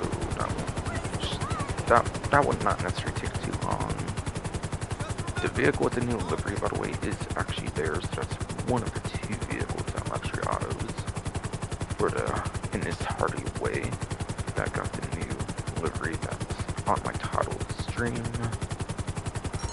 So besides Fast Food, just one vehicle in luxury autos. It's probably pretty quick to go over. At least for me, it's pretty quick anyways. Obviously, do like to go over all the details. Let people know like the vehicle's good or not usually. Or enough details at least. Beyond the ones that you can find like vehicles not on discounts and stuff. Yeah, Stash House. I only haven't been doing the Stash House still because I need to try to make myself actually do like career progression stuff in the game, like stuff to give me some insane money for like the end game of GTA Online before 6 comes out or something. Something.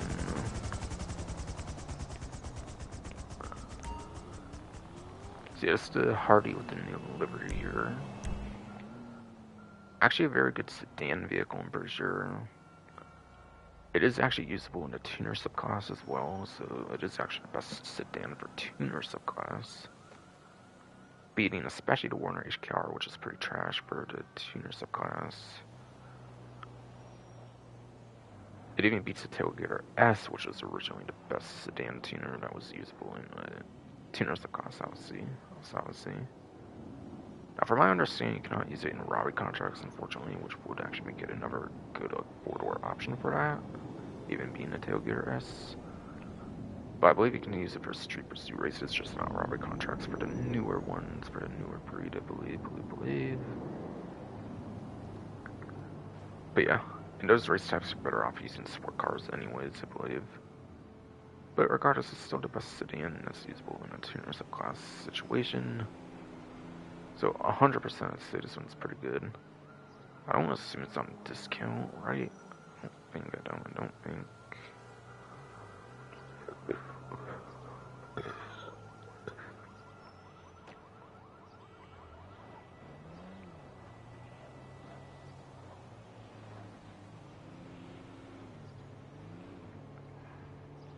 Yeah, I don't see a discount on it, so yeah, I'm not going to go over exact performance numbers for it, therefore.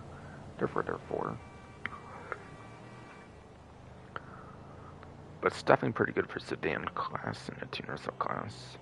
For sedan in particular, but not in a general tuner subclass, like metric or whatever.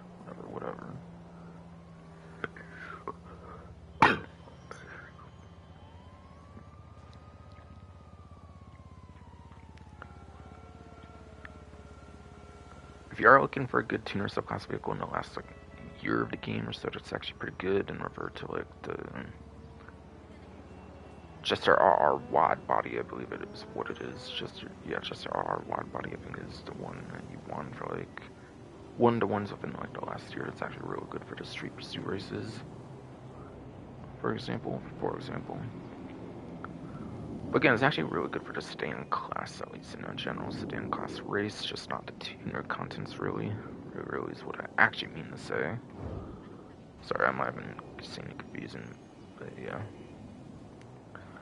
I cannot say the name doing it this way. It's too tall a vehicle or something, I guess.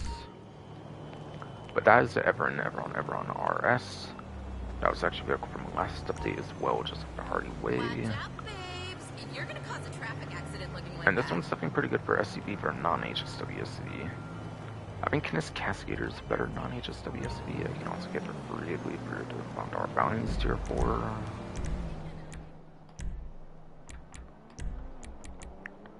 So I mean, this does perform better than the Everon RS.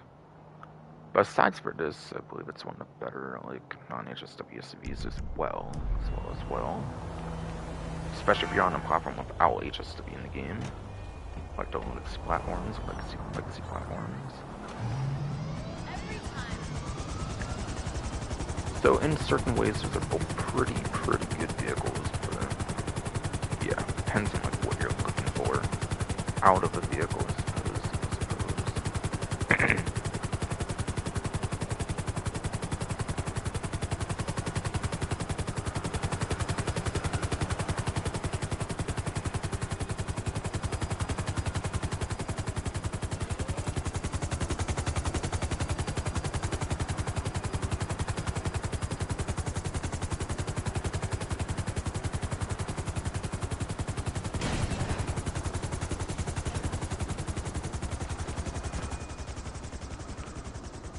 Check stream. Check my stream again, just in case.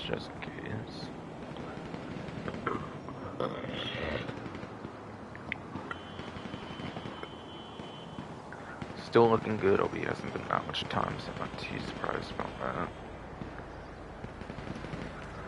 But yeah, according to what I saw in the spreadsheet for the removed vehicle states, it looks like all these will be bolted vehicles. Alright, so Knis Kalahari's from the Beach Bum DLC. Seems to be like pretty much the first content update I believe the game ever received in like, I think November 2013 with like some new vehicles and stuff. So these are in single player for these two. So you can test them out there before you get them in online if you wanted to. Golly was from I'm Not a Hipster update in like 2014, so that's definitely in single player as well.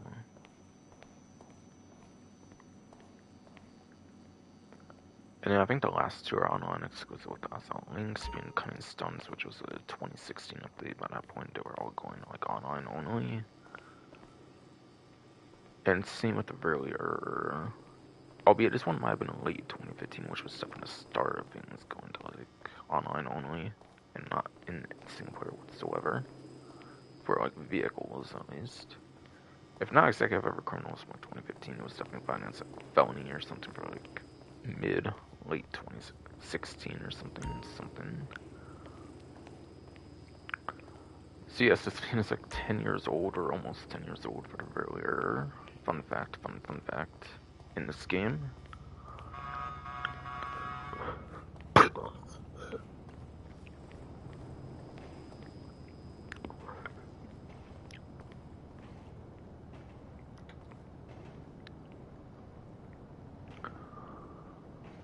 But yeah. Kenneth Kalahari, I think, is an off-road class and with the BF50. Kalahari does not look like it has the good performance for the off-road class for sure, so it's definitely not a heavy performer. I think the BF50 was better for off-road when it first came out between its two Ford off-road class. But I don't think it really holds a candle to like the top of the class nowadays, regardless though. And I would even say the Vigali for sports classics actually was pretty niche for like a good top speed. No, not supercar, not supercar. Sorry, my body's all like tongue twisty as fucking shit. Cause my fuck ass body for some Carnian bullshit. But yeah, the Lampadati Vigali actually used to have a niche, I think, for sports classics being like a top 10ish or so, like top speed. It used to be pretty good for top speed sports classics. But I think this latest update has kind of changed it, to be honest. How good the newer sport classics have been in the game in the latest update, even like a couple prior or something. So it's kind of irrelevant now to even say for online at this point for the Vigali, even though it used to actually be pretty good, even in like recent times for top speed sports classics.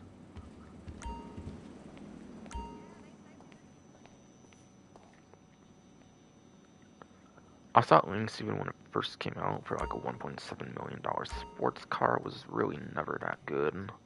And obviously with the power creep of now, like 2026 GT09.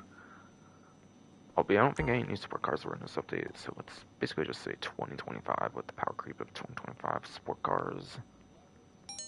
It's obviously even worse now than it was when it first came out, and even when it first came out, it wasn't really that good in the class. We had money like counterfeit cash, it seemed. It seemed very ODT, whatever. Now, I think the same case for really except it wasn't like overly expensive sport cars. It's actually a budgety sport cars that makes sense. It was always kind of trash for this one. Performance-wise. So performance-wise, here I would say the best one is Vigali. But even that's kind of dated nowadays with the latest Safehouse and Hills update. Having like 3 really good like sport classic vehicles in the game. The regular Stroll, the HSW Stroll, and then obviously like the Italic Classic, all I think kind of very much outdo it for the top speed department or something, or at least the Strolls do, I think for sure. Kinda. Even in story modes, you might as well just not get it. I would say even.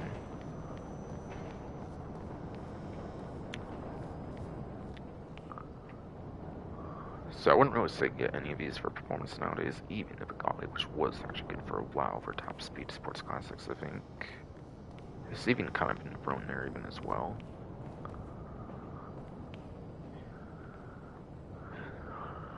Alright, now for the rest of the appearance rates.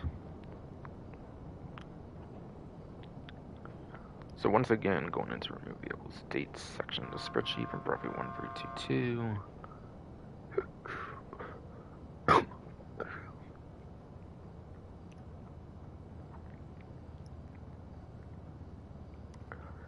But it looks like the first 3, the Kalahari, the Bifta, and the Vigali have actually appeared 10 times exactly as of this appearance. So that's 1 appearance more than what the Enduro had in the LS car meet. Again, it's for the Kalahari, the Bifta, and the Vigali.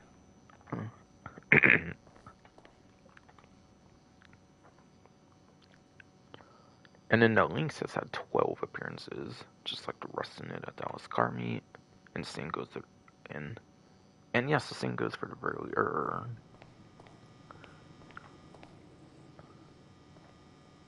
As of this particular event, they have had 12, like a dozen appearances in the dealerships. But yeah, nowadays, like, yeah, same appearance rate for those two is the Rustin and the LS car meet. At a dozen appearances now. To give an idea of like how frequent they have appeared in the game.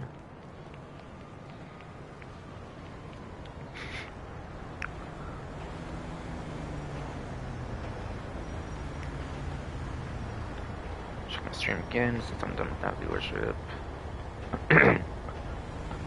Looks good still, so good. Good.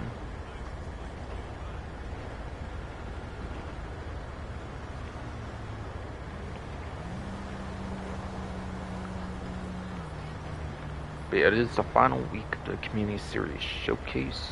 It is, yes, final week of the Community Series Showcase for the free, like, kind of week event thing they were basically doing.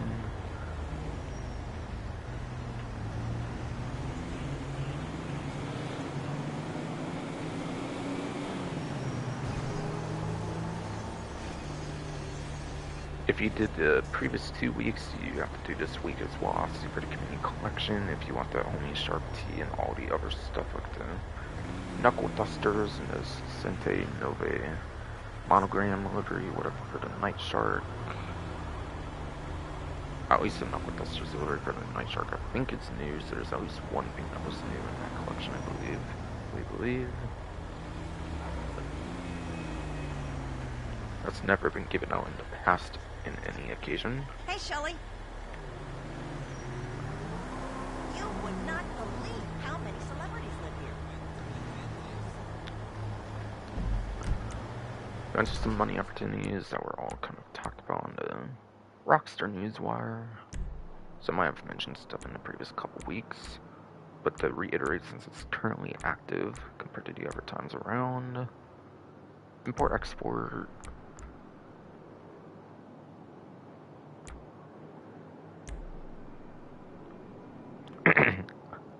Special vehicle works are 3 times.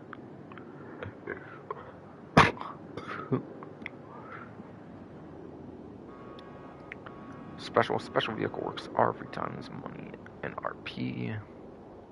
Being escape escort, excuse me. Breakdown recovery. Cleanup op. Asset seizure. I said asset seizure. Firewall protection. Coast Guard duty. And a transmission and arms embargo. Those 8 special vehicle works are on 3 times money RP. There's one for every single special vehicle in the game. So yeah, that includes one for like the Ram Buggy, the Rocket Voltic, Phantom Wedge for the free that's been free in the different events.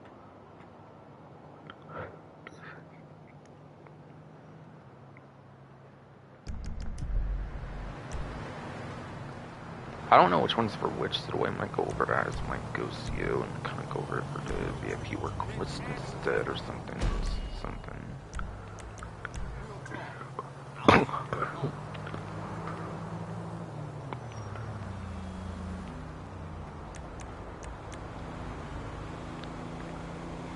Yeah, the Phantom Wedge one, you have to like go around the map. I think you have to take like cash or something if I remember right for like the special vehicle work.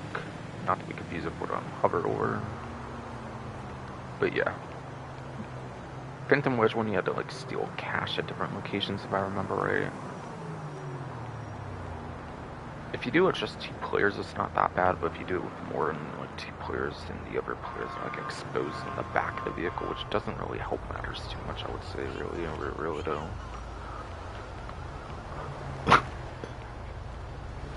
So the special vehicle work for the special vehicle work for the Phantom Wedge is pretty good, at least for 2 players. I wouldn't really say for more than 2 players, since the rest of the players would be exposed on the back then, and be able to be shot easier, of course.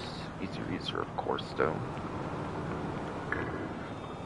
But I would say it's alright. I would say the Phantom Wedge special vehicle work is pretty alright. I know to fully load.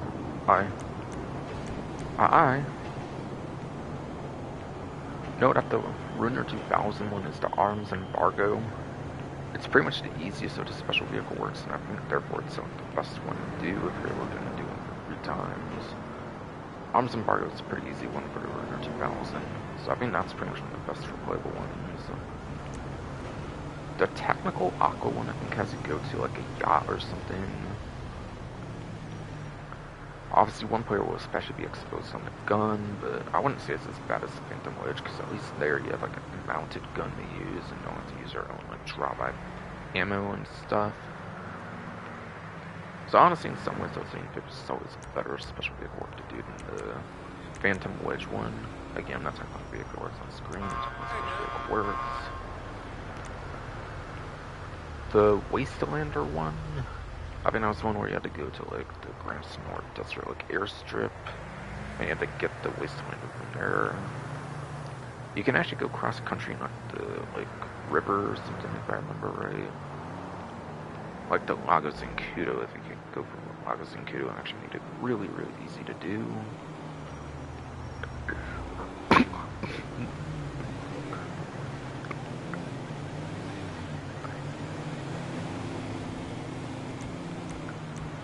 But yes, so the Wastelander one, I think you can go cross country to like Lagos and Kudo and actually makes it really easy to do. Eventually, when we get to that point of the special vehicle work.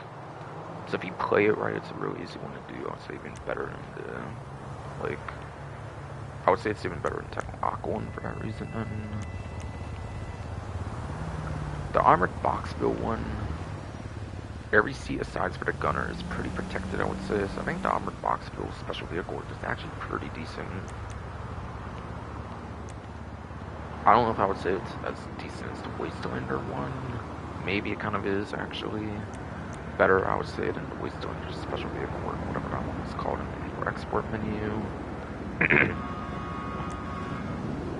The Armored Box Build special vehicle work is a pretty good one to play if you want to.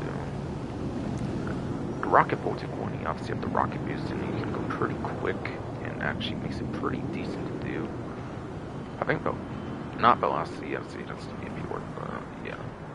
The special vehicle work for the Rocket Voltic, I think, is a pretty good option to replay if you want to. Where every time is money RP. The Ramp Buggy one, I think it's like pretty much the first one you do or something. I think it's the first one you can do for like a trade price on kind of stuff, if I remember right. It involves the Unipository. I think you have to like protect like a van or something, robbing it or something. I think Ramp Buggy is one of the better special vehicle works, or whatever it's called on the import-export menu, or the career progression. So I think the Ramp Buggy one is pretty good. The Blazer Aqua one, though, might be one of the worst ones, since obviously you're very exposed on the Blazer Aqua. And you have to play them with at least 2 players, since 2 players are pretty exposed on Blazer Aquas. Yeah, you can go on foot, and it would be better maybe even kind of do it on foot. The Blazer Aqua special vehicle work has to be one of the worst ones to replay, I would probably say, just because it's like a pretty risky one to do.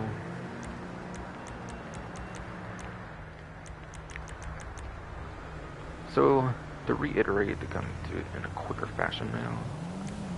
Phantom Wedge one, I think it's pretty good for 2 players, but more than 2 players, I think it becomes more of a hassle, since some players will be exposed in the back of the Phantom Wedge. For like the 3rd and 4th player, I think you can only do up to 4 players in special vehicle work. Renner 2000 one is like the best one you could do for easy triple money and like RP. Techno Aqua, I think it's actually pretty alright, I would say. It's actually not too bad if you do it correctly. The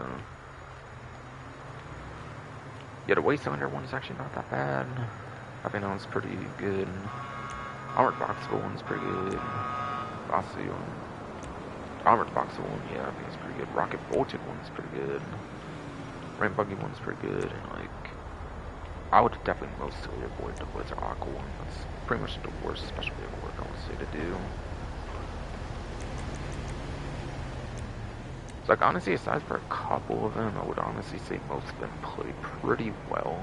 If you want to replace some of them for every time some money like RP, or even doing for your first time, even. And doing those give you the trade prices for those vehicles, which, yeah. Ramp Buggy, Rocket Voltic, and the Phantom Wedge, you don't really need those you don't really need the trade prices of the Ramp Buggy, Rocket Voltic, Phantom Wedge, since they were made for free in the last couple weeks. But the other 5, you can definitely very much go for those trade prices if you really need them or something for the free times and all that, of course.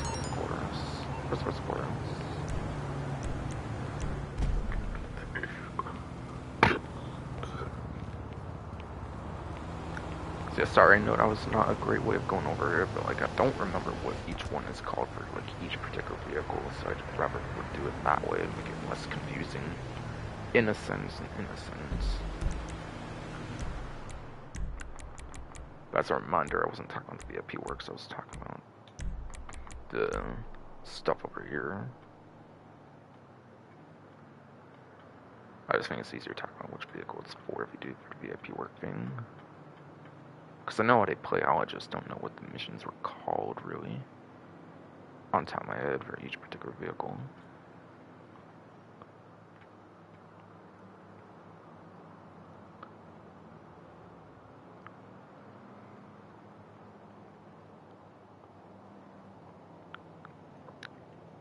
Top one actually might be for the ramp buggy, the next one might have been for Wastelander? I don't know. See, that's kind of why I went for it the other way, because like, it was easier to go for it that way, I would say. I don't know, I would say.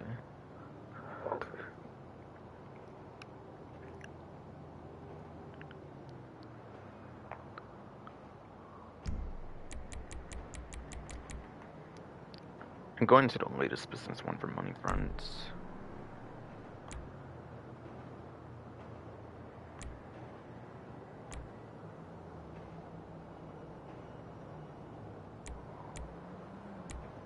I don't think they called him money laundering here.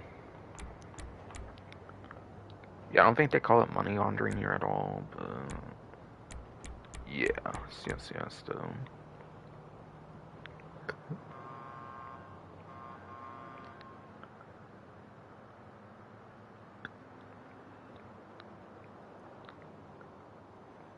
Yeah, I don't think they call him money laundering on this menu, so... The money laundering missions for the hands-on car wash. The first one you have to get access to in the first place to get the other two after Higgins Helators and Smoke on the Water. All three of those actually... Well, yeah, all three of those basically actually have like...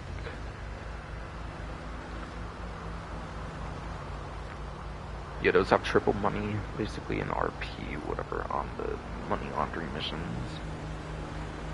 Which the missions vary based on which of the three businesses you run them for. Apparently the best one to run is the hands-on car washes. You probably expect being like the main front of those three businesses for the content. Higgins actually isn't really that bad, I would say, either.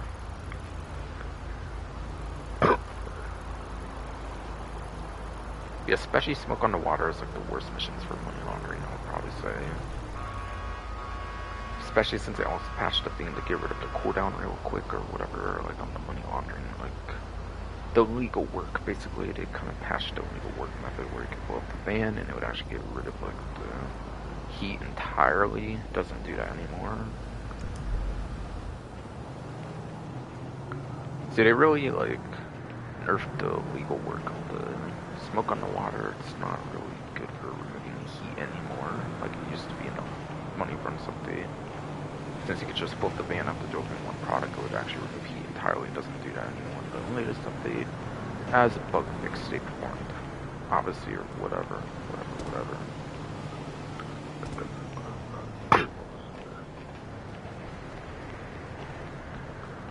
But apparently they pay like 100k for the money laundering missions, and especially the hands-on car wash ones are pretty easy to do.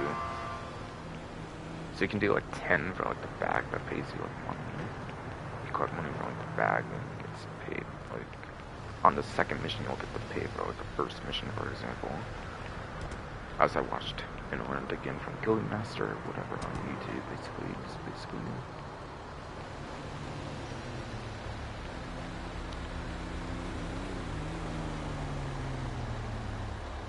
So they can make you some pretty good money. I would say they might be the best free mode work. Those might be the best free mode work to do for this particular event. Game like 100k a single mission.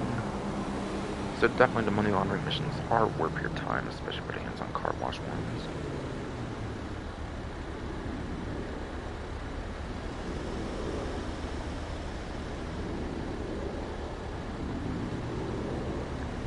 And also regarding the grass, also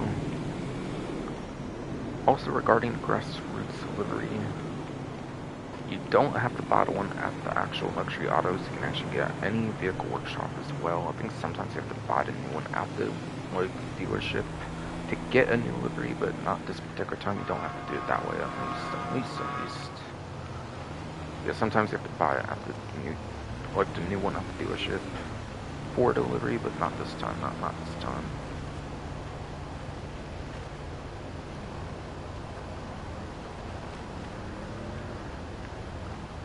But if you don't have the hardy way, like I don't, for example, because I didn't do new garage storage in the last updates, I don't really have a place to store it, for example. So for me, I would probably have the new one if I was interested in it, but I'm not really too interested right now. Right now, at least.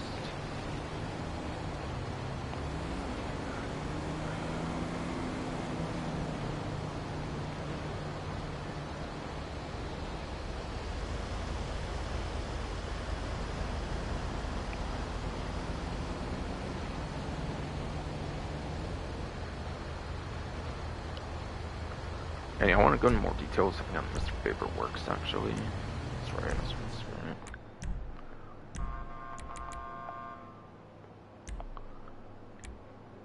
Yeah, it's the only one I can expand, so I guess I'll do it in this section here.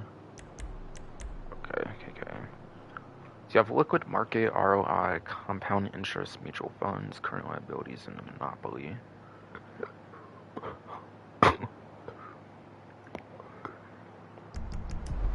Let me go over the awards. I guess that would maybe help me remember which particular one each one was. I guess.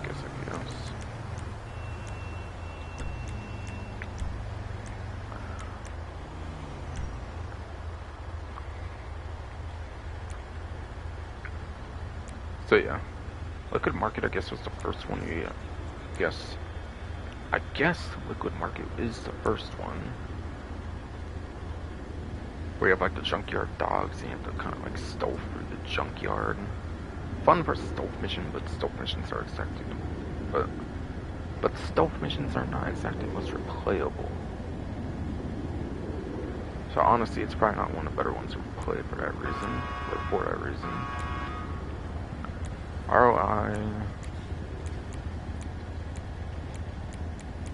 That's right, most of them actually don't have a challenge like that, so it might actually still be kind of difficult to go over that. ROI was probably a better one to play, honestly, than this one. Compound interest might be kind of a better one to play as well.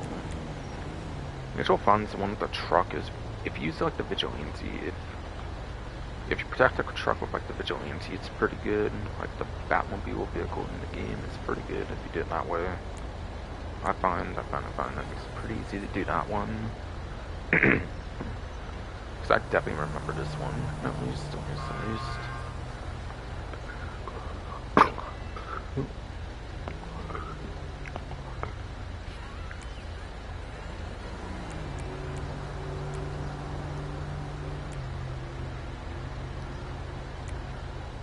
Your current liability, if you can find the person without hints at measurement, it's pretty easy to do then. That one's probably a pretty good one.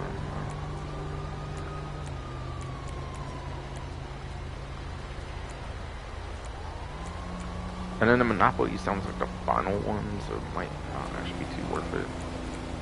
So the first one I find is more difficult to do since it's a stealth mission. Most of the other ones aren't actually stealth missions too much, at least, or if they are, they're actually easier stealth missions than this one, at least. I remember stealth is actually kind of annoying on that mission. I'm not gonna lie.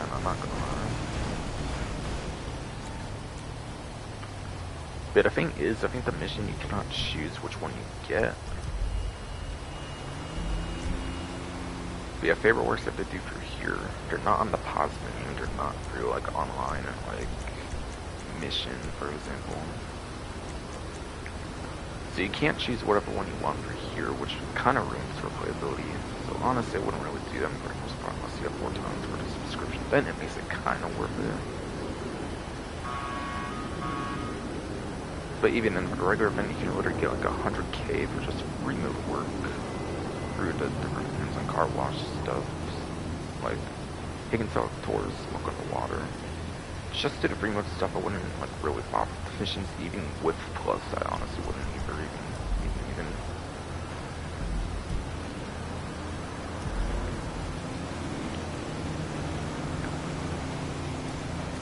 And also the hands-on car wash save income is 2 times. I think it fills 2 times quicker. I don't think they make the capacity like doubled for the particular event where you can like hold 2 times as much. You can't hold more, I think it just occurs 2 times quicker, which is good, honestly. That's more money you're getting like a shorter time. And it's passive stuff, so as long as you actually like have hands-on car wash at least, where it's not like in the red like I have it right now.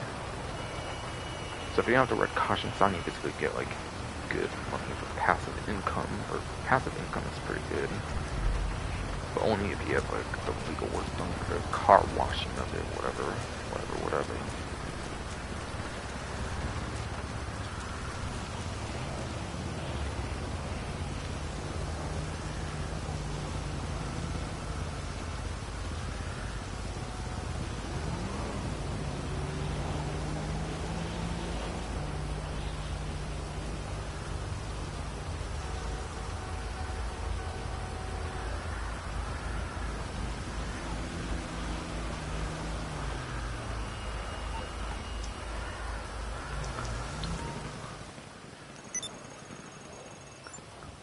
Alright, and then FIB priority file for the particular event is brute force file. One of the worst ones to play between this and black box, so if you like to play these normally without like a money opportunity for like Fine Art Project Breakaway, you can actually do that grind where you can do the grind where you go back and forth between Fine Art File and Project Breakaway, which makes it a pretty good week for that, at least if you do this as your main grind, I guess. But if you don't grind these consistently, like every single day or something, whatever, then it maybe would be better to have priority on like one of these two if you don't play them like all the time or anything. But Brick Force isn't really necessarily too bad of one. Like some people consider it the worst, but I like stealth missions, so they kind of be like not as bad as Black Box, at least for me. Maybe like second worst one for me. At least one of the setup things, you literally don't have like actual missions, you just go inside like the music locker, which makes it a little more worth doing in my opinion than some of the other ones. A little quicker in some ways makes it a little bit quicker.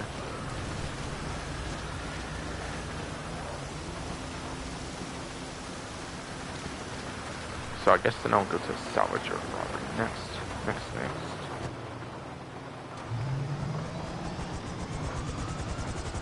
Your stream still seems to be working good.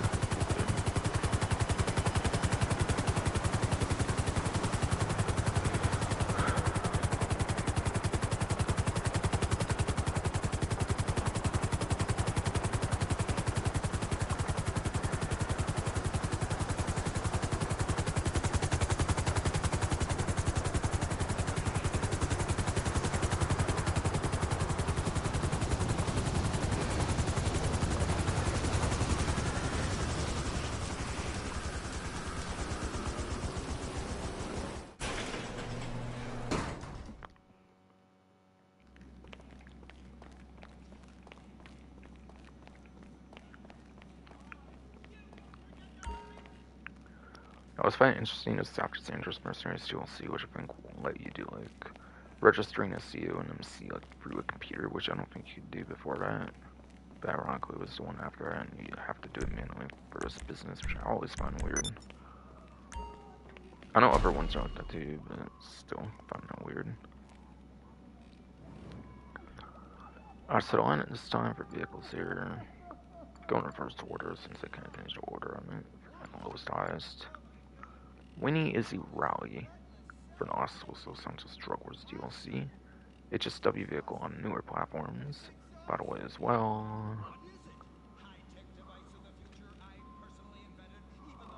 But it's a standard range vehicle for the event.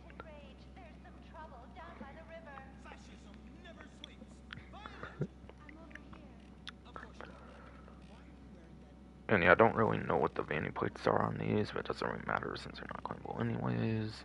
But yeah. Standard range vehicle with Winnie's Raudos for the gangbanger robbery to one of the police station, basically.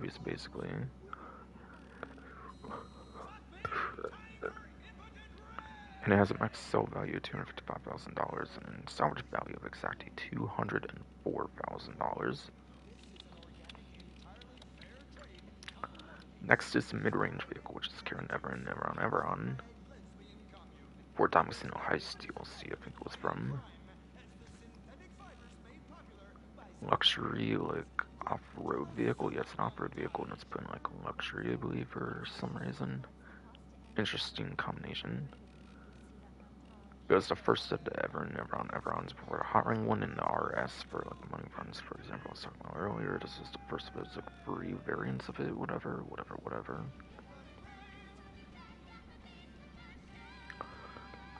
And the mid-range vehicle here is for the Podium Robbery. Podium Robbery, aka the one for the casino, obviously. With max sell value of $140,000 and salvage value $272,000. Exactly even.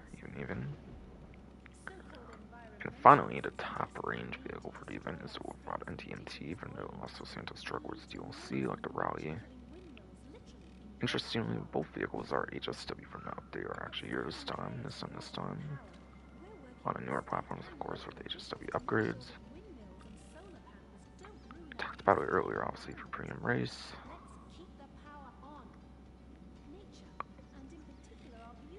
But yeah. This one's for McTony Robbery, which is the one in Paleto Bay. Bumfuck Paleto Bay, of course, it's the one over there. Sadly though. And it won't be HSW since it has to be eligible for 8th Gen as well, and 8th Gen doesn't have HSW, so it's also just a standard version of it, sadly.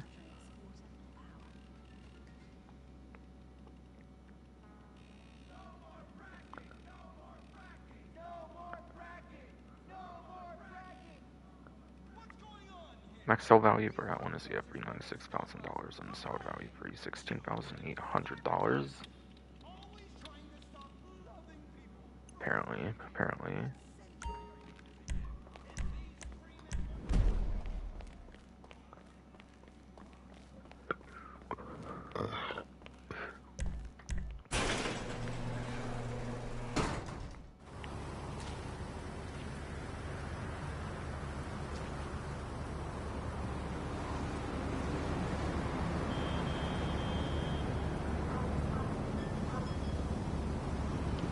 Alright, so I think it's pretty much discounts aside from anything I want to cover still, basically. I think there would probably be at least one new race, honestly, for the community race series. They usually do at least one new map a week, and then didn't really change for like the first week for race ones, and the race ones actually do play. So I'll probably do something like that later, as well as the HSW Town Trail, like after discount talk even. So I think I'm pretty much talking discounts right now. I haven't found the gunman yet, so I'll start with like some of the property vehicle discounts. Whatever though.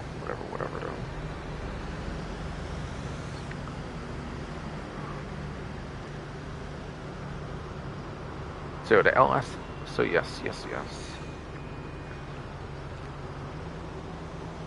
Yes, you do. It is the very final week to take advantage of the LSIA vehicle warehouse. As a reminder, that's the last of the 3 weeks for that. I'm not going to show it really, but yeah, just as a reminder, it's still going on.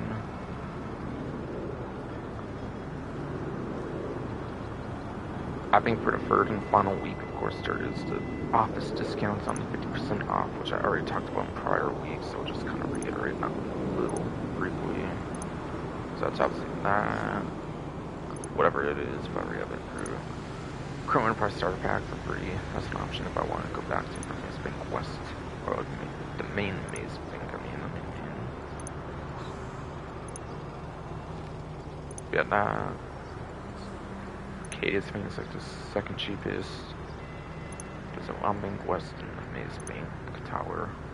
All those are half off for the basic property, but I don't think any renovation, modification things or anything. So that's the third and final week for that in a row.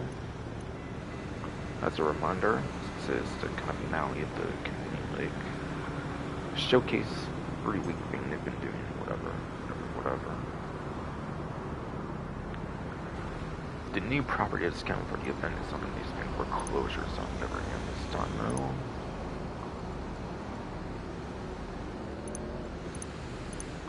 take off any that aren't on discount, basically, that I'm not talking about, basically, right now, at least.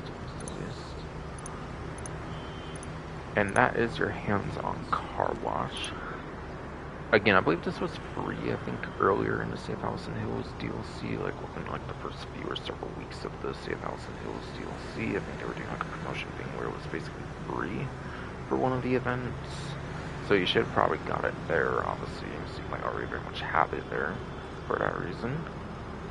But if not, then it's a 40% off discount, obviously, which is much like more money that you have to spend in having it for free. Which again, I think happened in like the first few several weeks of the Safehouse and Hills update. Like earlier in the like drip feed or whatever. But yeah, tints costs a regular amount, looks like.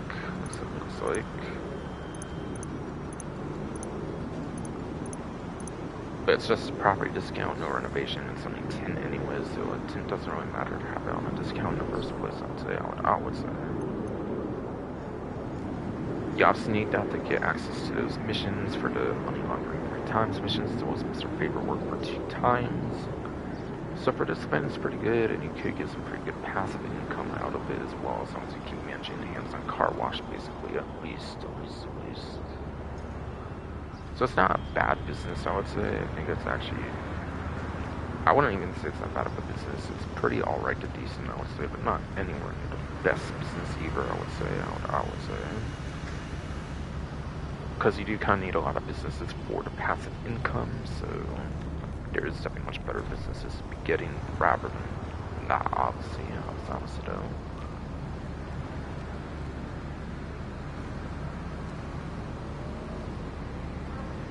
Yeah, I think for there it's basically vehicle discounts. Vehicle discounts. Also, I should probably do another check on my stream before going over it again. Just in case.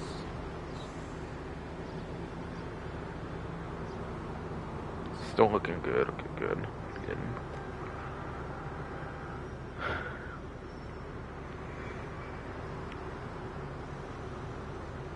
I don't think there's any arena discounts, it does not look like. I do not seem to see a discount for Benny's website, I believe, either.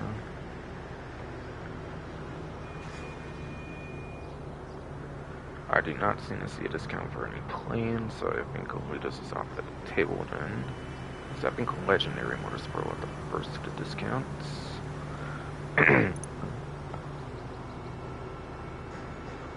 And none of those are in the popular section, so it's not going to be some of your most popular or like more recent releases in the latest update. There's a couple recent 2-doors though.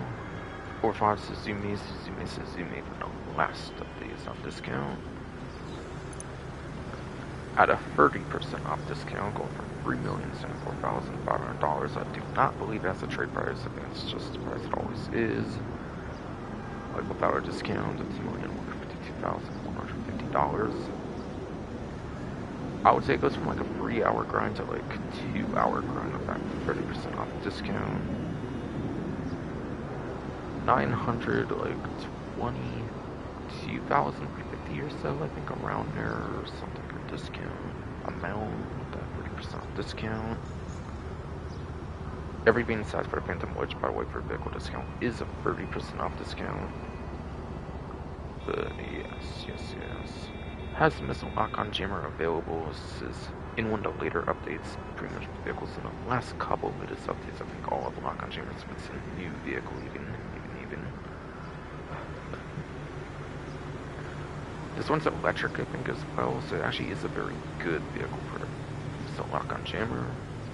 Electric vehicles are actually really good for the lock-on jammers since you have the instant acceleration kind of 0 to 60 top speed kind of gimmick stuff going on.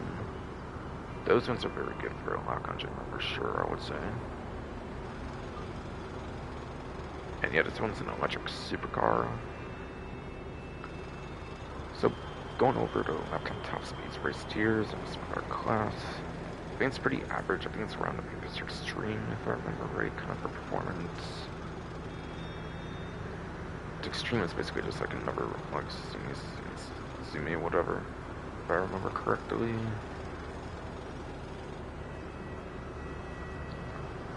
But yeah, this one's apparently in the C tier for this entire class, going off of roughly 1322's vehicle spreadsheet.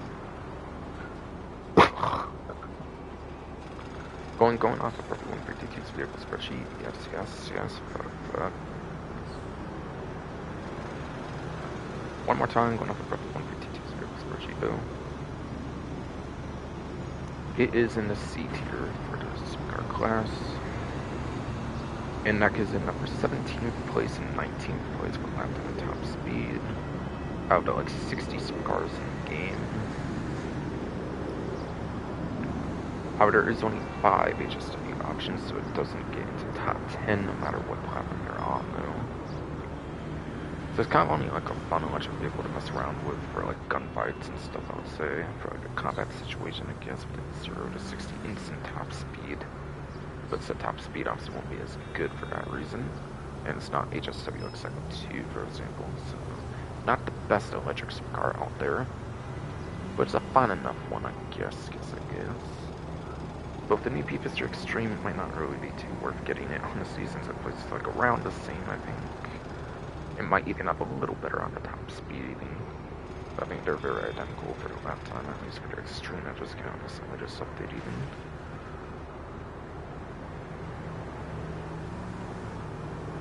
So I mostly get for customization for preference reasons. I don't really think it's that crazy of a vehicle unless you're just really big on electric vehicles in this game or something. But it is a very good candidacy for the lock-on jammer. If you do like vehicles with lock-on jammer, it's a very good one to be an electric one. Instant acceleration combined with the lock-on is very good. Very good. For the missile lock-on jammer.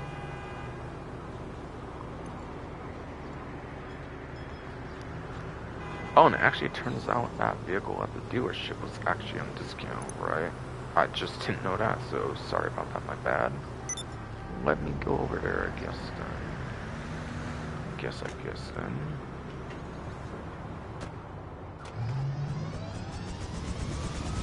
So it turns out it actually was on discount, I just didn't really know that at the time, so I'm bad on that. Usually dealership vehicles aren't on discount, but on a rare occasion they can be. Especially if it's like luxury autos and more recent vehicles, it's not like a bulk vehicle I find. But again, it's kind of rare that they do that, unfortunately.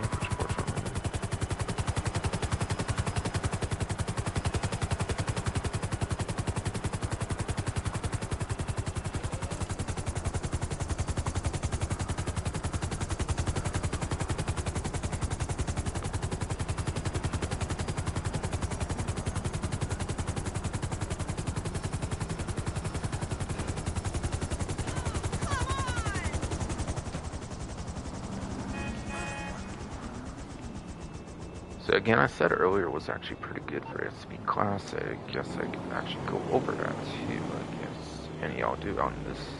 I'm not going to go on the website, it's just here, I guess, anyways. So it's an SUV class, unlike the regular Everon, which I think is off-road. And then the hot ring one, I think, is in sports. This one's actually an SUV, Everon. And I was correct, it is actually behind the Cascadator for a lap time, for a non-HSW. It actually has a better lap time than Izzy Rally. Izzy Rally is the worst lap time HSW option, so it is better than one HSW SUV in the game.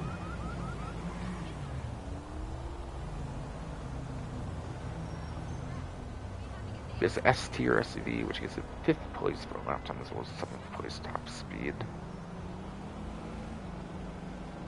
So all around, it's a really decent option. Not as good as Cascadator, but still very decent for non-HSW SUVs. So back over, I guess, to salvage yard, and we're in 10 to beat in. 10 to beat in.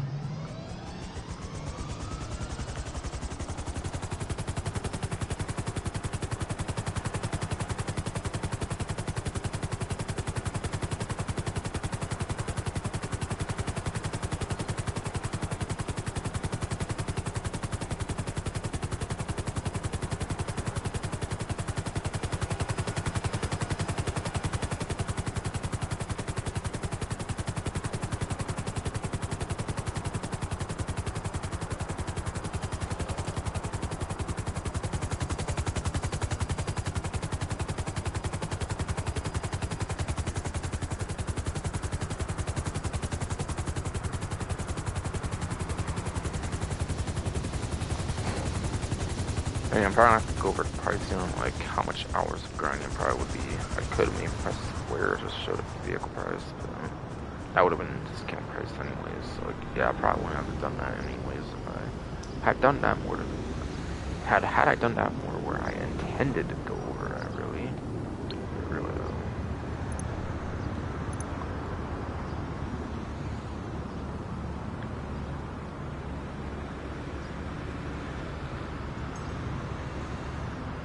Alright, the NS Euros apparently is the next discount on this website, and in general, I'm going over. On a trade price, this one is $1,350,000, going to $945,000. So yeah, I think it's the first trade price vehicle that I'm going over here, with a $405,000 discount on the trade price with 30% off discount. I believe the way you actually get the Euros trade price is, I believe that's when you actually just need the LS Carmi membership, I think is a requirement. I think it's one of two that is actually not tied to the tuner reputation system. Instead, it's tied to just simply getting the LS Carmi membership. This and the Tailgate S7 were the ones with like different trade price requirements, I think. So you just simply get LS Carmi membership, I think you get the trade price after you get that.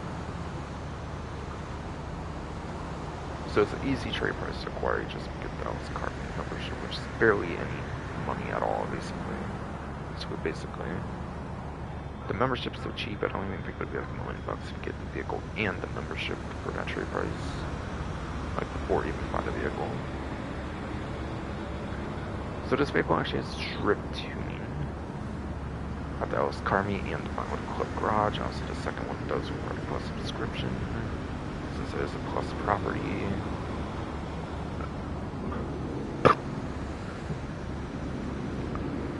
Yeah, drift tuning.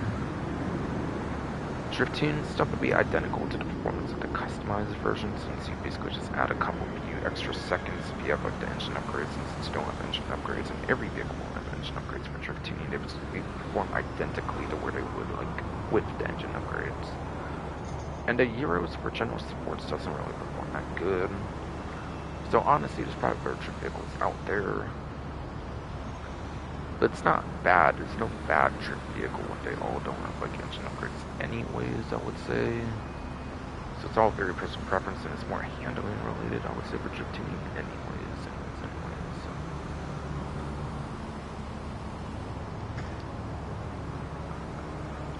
It's because the Livery is available with drift tuning for LS Customs as well.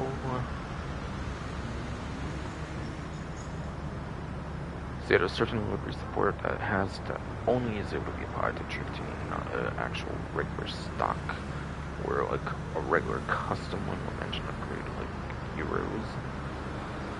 Very like cosmetic person preference kind of stuff there. Not going to matter too much, I would say. And last but not least, it does have this lock-on jammer available. So it is a very good drift tuning vehicle in the game if you want to use it in free mode. If you want to have a drift tuning vehicle in free mode, it at least has a missile lock-on jammer, so you don't get hit as easily with a missile like when you're drifting in free mode at least. But in terms of sport performance, I don't remember this one actually being that good. But you can always use like any vehicle for like the robbing contracts pretty effectively, I would say.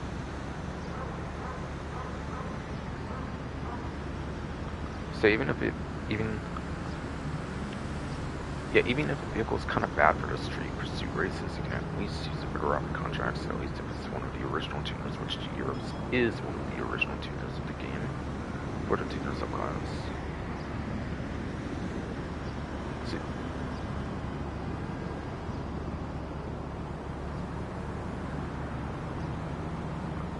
So yes, you can use it for robbery contracts, unlike the Harvey Wave, for example.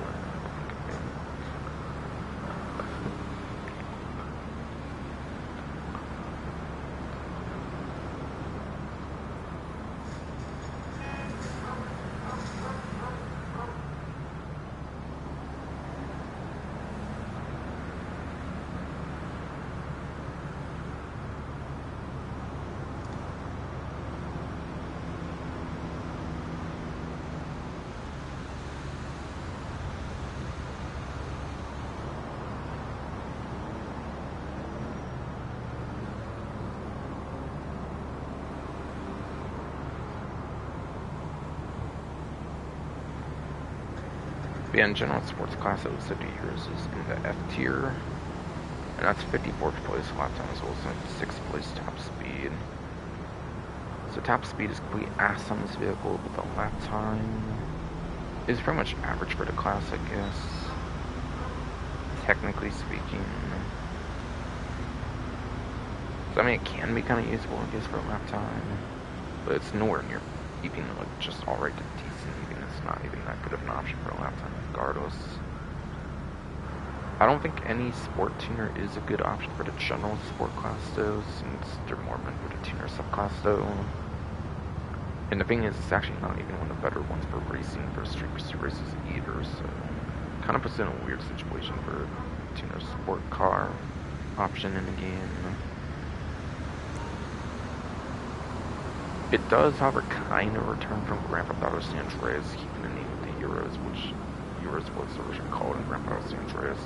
The X32, X32, X32 actually looks more like the one that was in San Andreas, so that came out like a couple years, I think, after this one did or something, I believe. But yeah. It's kind of a retro nostalgia vehicle from San Andreas, regardless of the namesakes at least. So I'd rather get it for personal preference and customization reasons and performance on this one, I would say. I would say.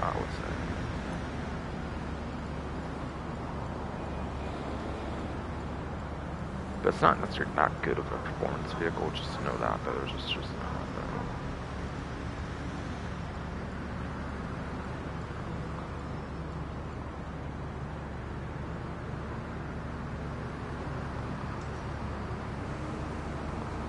Looks like that was it for the two-door sport cars. Or not two-door sport cars, but two doors on Legendary Motorsport, on the Legendary Motorsport website. Yeah, that's what I meant to say.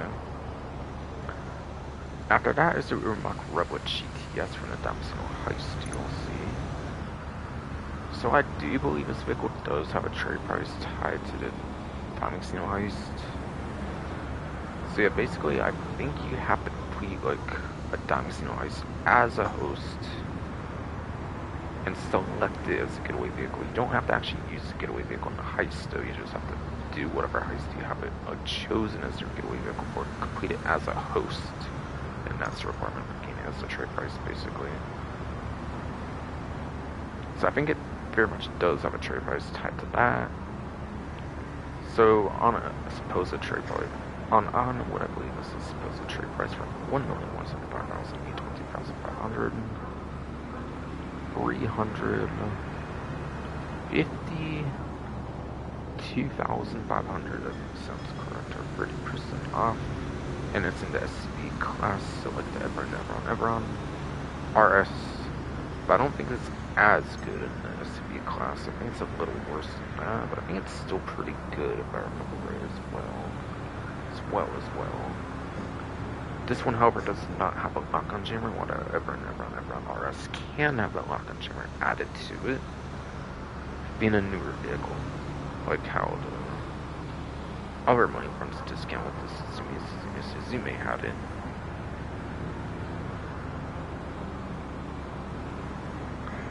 So the Rebel GTS is apparently an A-tier SUV versus like the S-tier of the Everon RS, so it is a tier worse apparently according to the spreadsheet. And it's actually 11th place for a lap time as well as 9th place for top speed. It's actually not as good on the lap time as I would have thought. It's more of a top speed SUV in the game, it looks like, if you're looking for a single digit placement.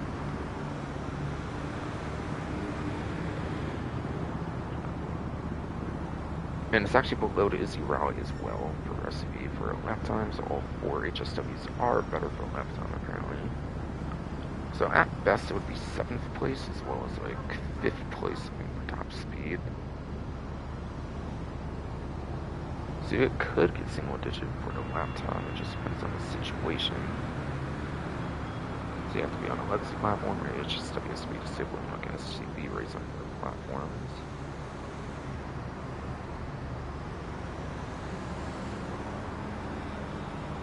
So it's pretty alright SUV, not as good as Everon RS though. That's also on a discount this event.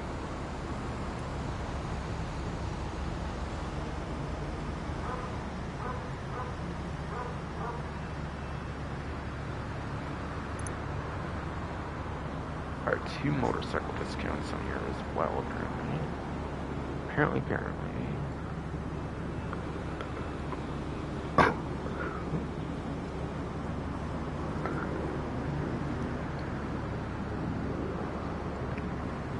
These are actually 2 motorcycles that have the curse boost feature on them as well.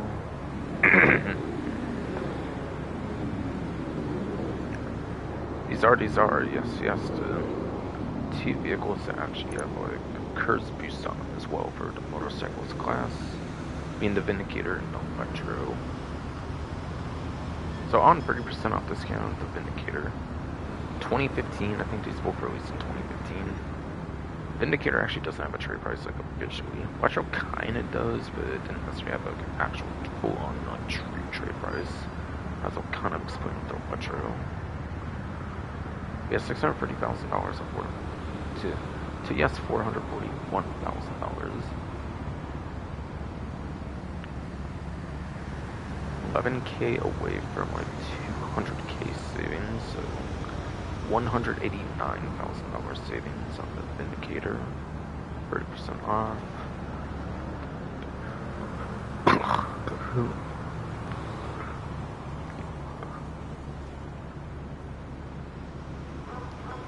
Now this vehicle actually is in story mode, by the way, but you actually don't get the curse boost in story mode, since I think there's a special ability meter. I think you actually don't get the curse boost in the story mode.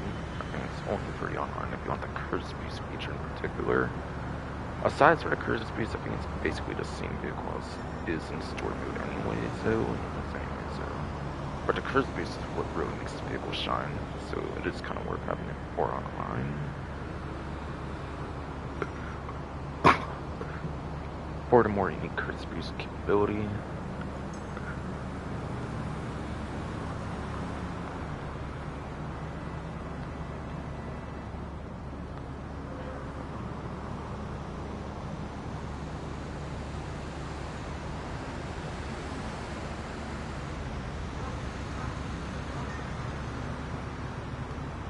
And motorcycles count as extra classes and therefore actually do not have a letter tier.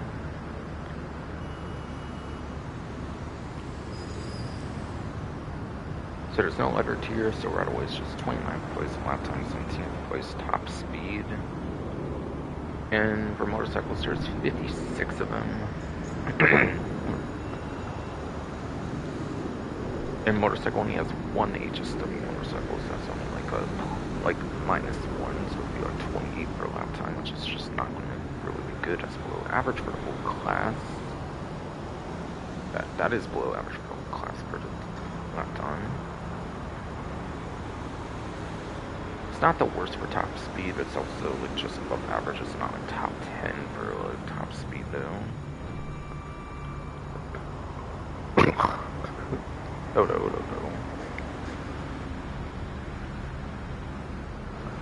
So it's for personal preference, customization, and curse boost. Also get this vehicle done. And similar for Electros, similar keys for Electro. Now, it actually doesn't have a trade price. I think the heist update back in 2015, you didn't really have trade prices. You actually had to do the heist to buy the vehicle. I think that's what it was.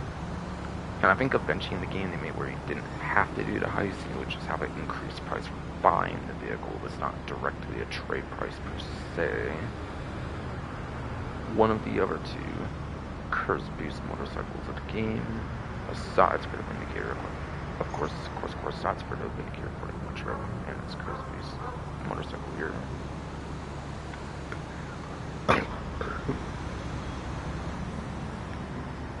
So this one's $750,000, $525,000, $225,000 savings on 30% off discount. Technically no trade price, it's just the price for completing the heist. And that was before trade prices were being, trade prices started being in 2016 with 2016 with the import-export DLC had the trade prices starting to be a thing in the first place.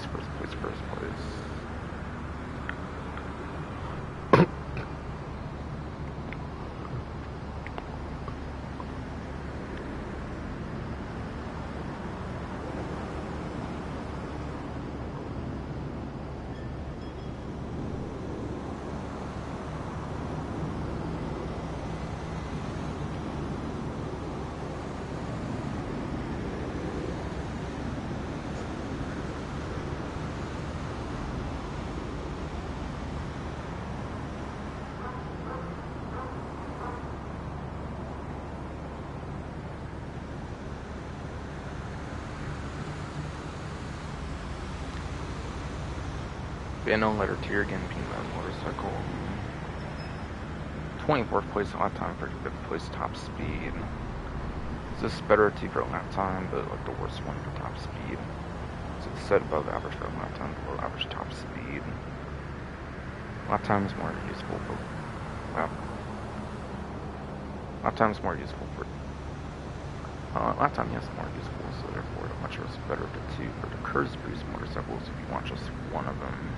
If you just want one, then the Electra is better for the Curse Boost feature on the motorcycles class.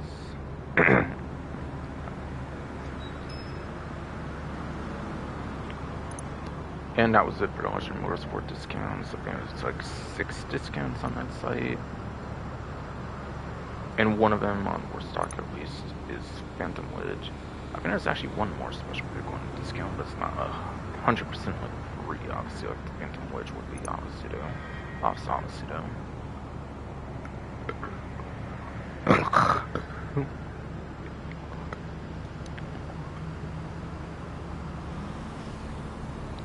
And yeah, there's like 10-30% discounts, so yeah, aside for like one at least, it's on this site, I think. That would be like 3 more, I think.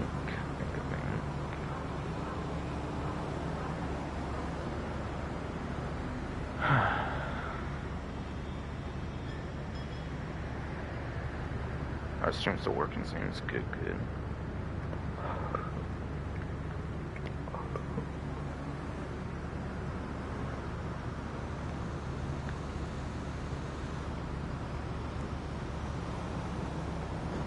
So apparently my truck's on discount, okay. There might be at least 2 on this site, let's kind of continue at a different one.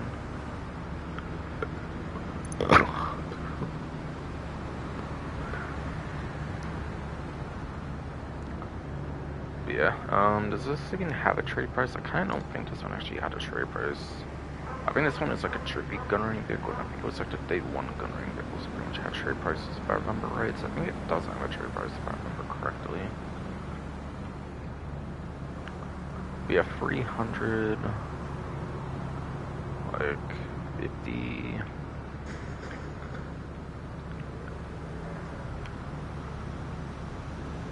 Like 370, like 4,500 or something, I think, on the savings, I think though.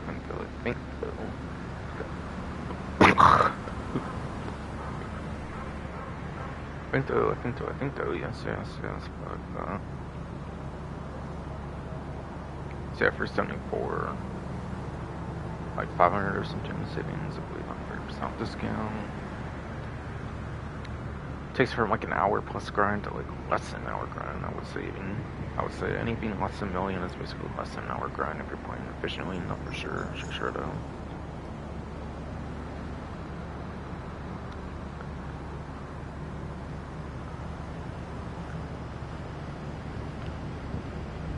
Yeah, the Night Shark, as it's weaponized and armored and stuff, I probably won't talk about performance on this vehicle, just purely capabilities on this one. It's already going to be doing enough stuff for you, I feel, at that point anyways.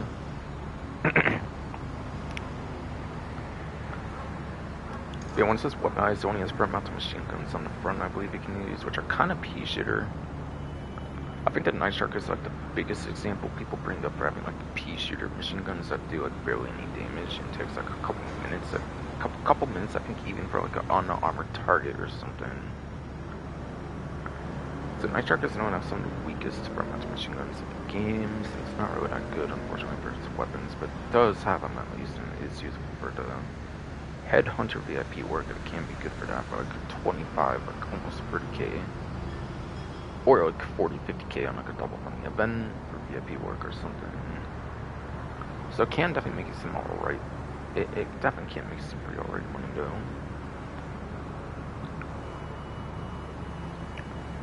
Albeit for weaponized, you can also put like a trailer in the back, like the anti-aircraft trailer. It does have a tow hook on it, so I think you can actually put the anti-aircraft trailer, but I think you need like a second player to do that as well, I believe. So technically you can actually make it a lot more weaponized if you have a second player, like a friend or something, to do it with as well. Just simply towing the anti-aircraft trailer actually might be the best option to use the anti-aircraft. might be the best option to use the anti-aircraft trailer for, since it has like the tow hook on the back, and it's armored and quick as well. Perfect option to use the anti-aircraft trailer for, compared to the saddler that you're stuck with when you're playing solo, and you only have like this saddler that comes with basically.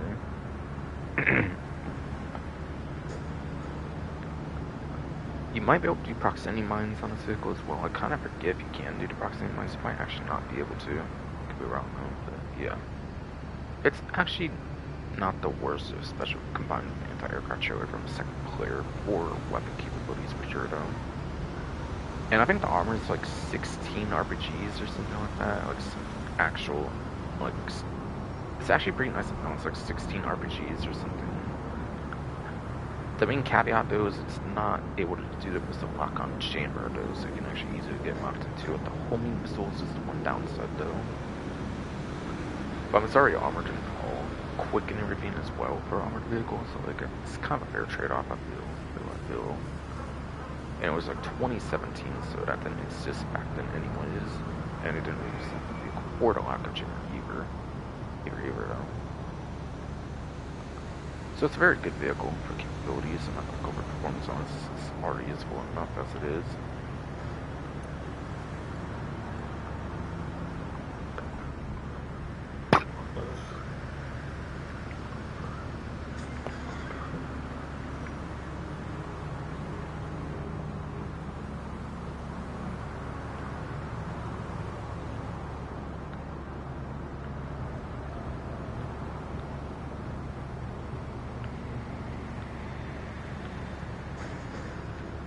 And yeah, I don't think this vehicle's on discount, just holiday gift I couldn't claim because I already own the vehicle before the holiday gift. Get a free vehicle with the Phantom Ledge. Rams unlimited vehicles, gives you the plowed VIP work. Gives you like 30k, 60k on like a double on the event. The free mid work is pretty good actually, it's 60k on a double on the event.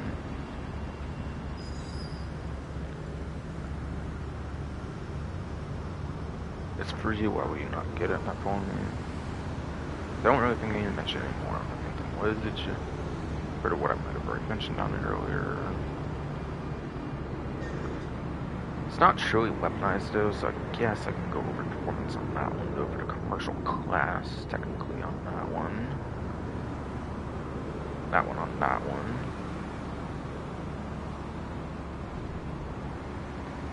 Commercial class, by the way, has no letter tier, even though it's in the lifetime top speeds or steers.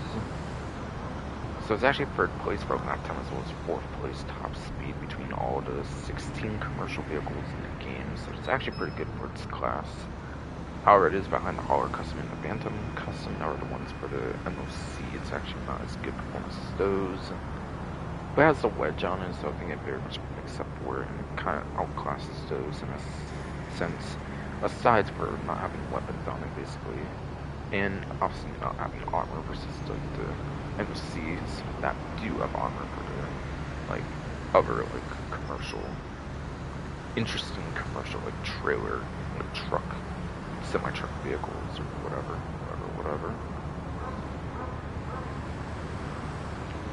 Then after that, you actually have the Blazer Aqua on sale on a trade price, which you do from the like special vehicle work it has, Coast Guard operation or whatever one it's called for. That's how you get the trade price. And again, import export was actually the first update to have the trade prices. So I was kind of just trying to say earlier, Metro just body for the stuff trade. But it must be up so much on that, of course. So that goes from 1,320,000 to 924,000. 4k away from 400k, so 396,000 percent off. I think. It's amphibious and weaponized, so it does go over water. That's what it shows. The like wheels, the wheels go up, and you can actually put it on water. It actually goes on water really quick, so it is pretty quick on water versus say like the Techno Aqua. Versus say Techno Aqua, it's actually really quick on the water. And for weapons, it has a front-mounted machine guns on it. One of the better ATVs in the game, and it's actually the only I actually think it's the only weaponized ATV in the game. So it's pretty much the best ATV in the game, besides for Street Blazer, I guess, for your technical performance, I guess. or no, like the biker's DLC or whatever. And it gets you access to the VIP work as well.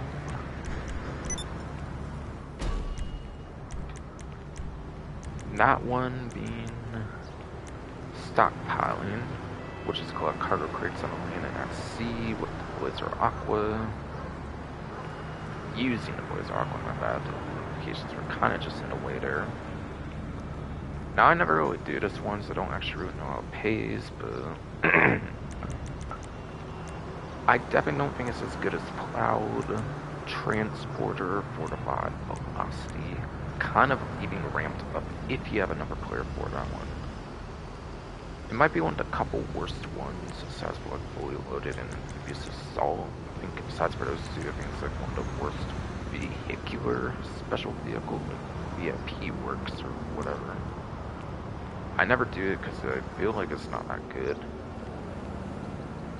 Like when you're going to land and sea, it kind of does slow down the Blizzard Aqua when you're kind of changing the terrain that you're going on with it. So that's why I kind of like never do it. Like I'm not even sure if it's that bad of a VIP work, but it's just not as good as like Cloud, Transporter, Fortified, Velocity. Kind of ramped up even as well. Even I don't think it has over ramped up, so at least you can do it solo at least. Yeah, it's just so.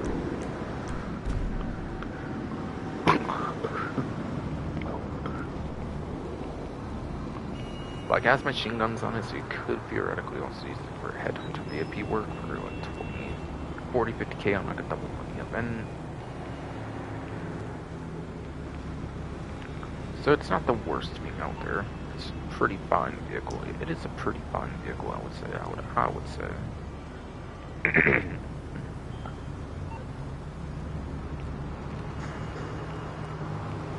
There's also Blazer Aqua special vehicle races you could also use it for, so it's not entirely not entirely useless for sure, I'm sure.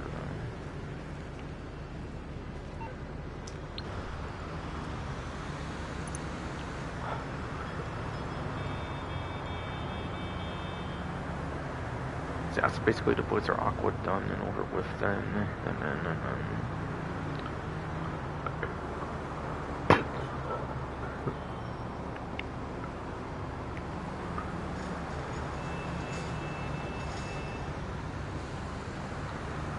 and yeah, Buzzard's not a discount, it's just like a free holiday gift I can redeem because I already own the vehicle before the holiday gift in like 2018 or whatever, like the insurgent pickup. So those two are not actually on discount. So I think there's no boat discounts, I'm getting remaining discounts to be on Sovereign, basically.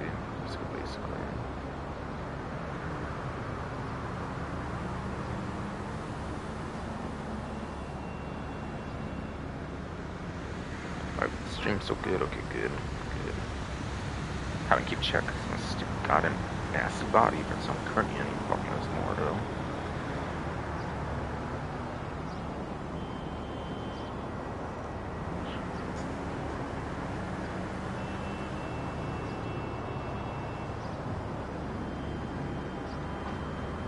So actually it looks like there's only 2 more discounts, it looks like, for Sovereign.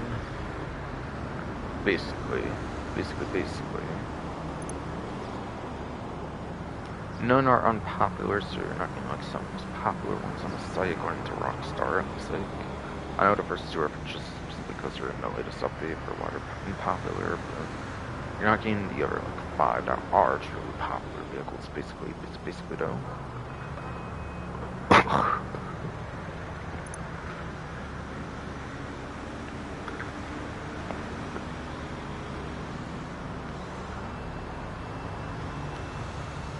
Alright, so tuner subclass 1 starting off apparently with Karen Previan.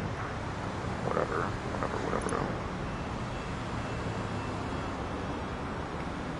This was the coupe tuner that was initially released in the last also Santos tuners. It was also the first coupe, I think, since the ones were dropped 5 years prior, I think, in the like Finance Bounty DLC. So that was like 5 years where it was like coupe, and this was actually what revived it, the coupes class. After this vehicle release, coupes actually started being more of a thing, actually, which is pretty cool.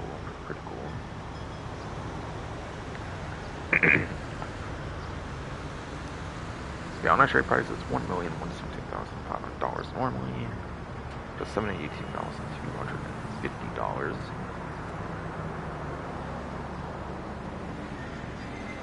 $300.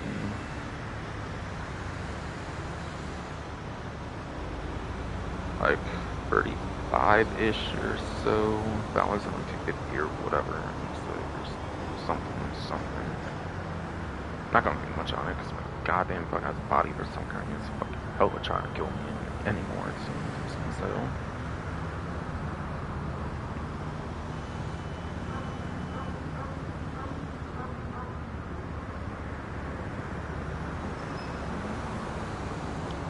Yes, so.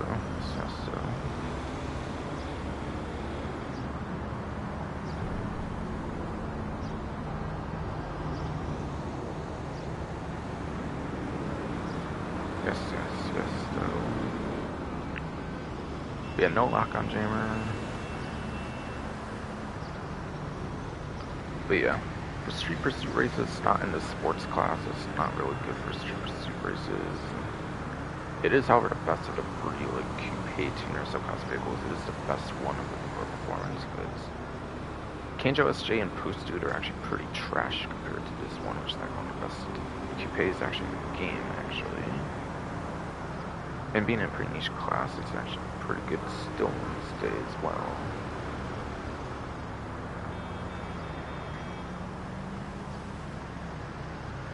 Being top to A tier for coupe class, third place to my time, fourth place top speed. 2 HSWs with actually fit in 10th place actually without HSW for top speed. But it's actually very solid for lap time for coupes. It's very good for coupe races when you don't have HSW available. But it's not as good as FR6 for 6 for non-HSW. The second best non-HSW for the class.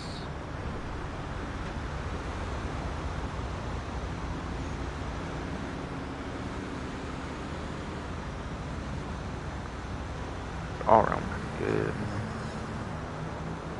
And trade prices, else Carmi reputation, like 5, 10, 15, 20, 25, 30, 35, 40, 45, 50, 55, 60, 65, 70, 75. One of those 15 ranks can see the trade price, but I wouldn't really know which particular one would. But it's one of those 15 amounts. Being one of the original, like 17 tuners of class vehicles in the game. And only 15 were tied to that system for trade price. So now it's definitely one of those amounts.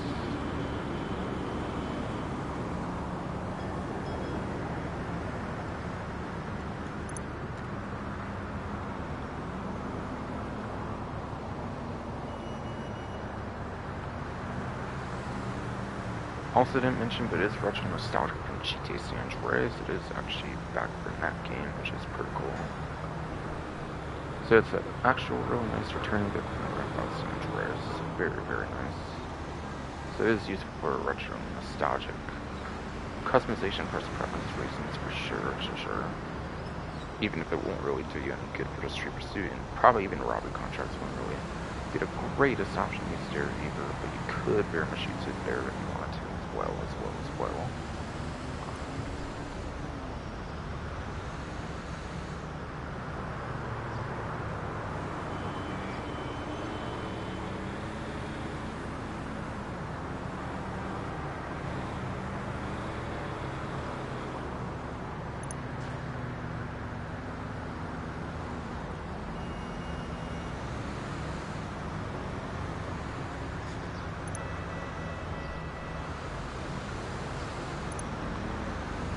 And last but not least, let's bid a Mammoth Patriot stretch for a discount.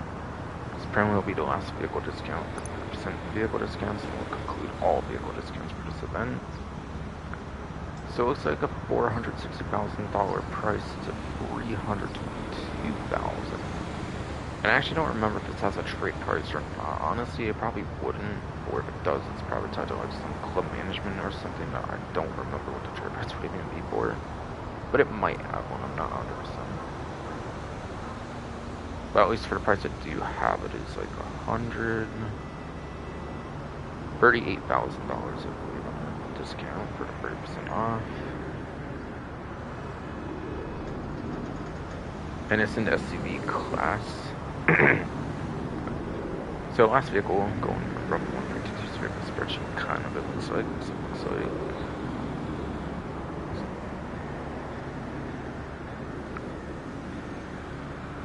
very long boy, very long boy it is, of course, for the SP's class. At the bottom, the M tier actually makes it the worst one for lap time. So it's 52nd place between all 52 SUVs in the game for a lap time, so it is the worst SUV for a lap time. And it's 50th place top speed, which was like the third worst overall for a SUV in the game, or top speed even as well. One of the worst you could use in the game. It's more for customization for preference reasons, and it's like another variation of the Patriot, and the Patriot's a pretty cool vehicle for like the HD universe of the game. Or actually, it's also in the 3D universe. Or actually, it's as old as 3D universe as well, back in like 3 by City San Andreas as well.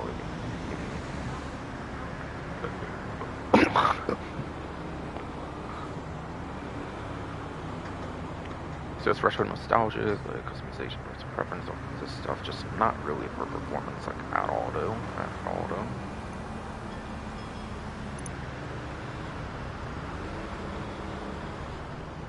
And yeah, that was it for discounts, for vehicles, of course.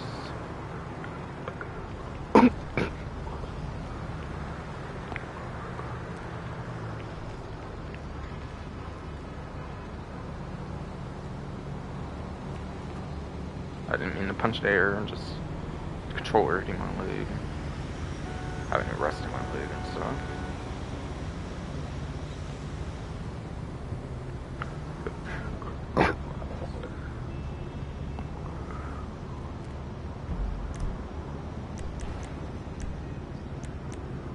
Let's screen jobs.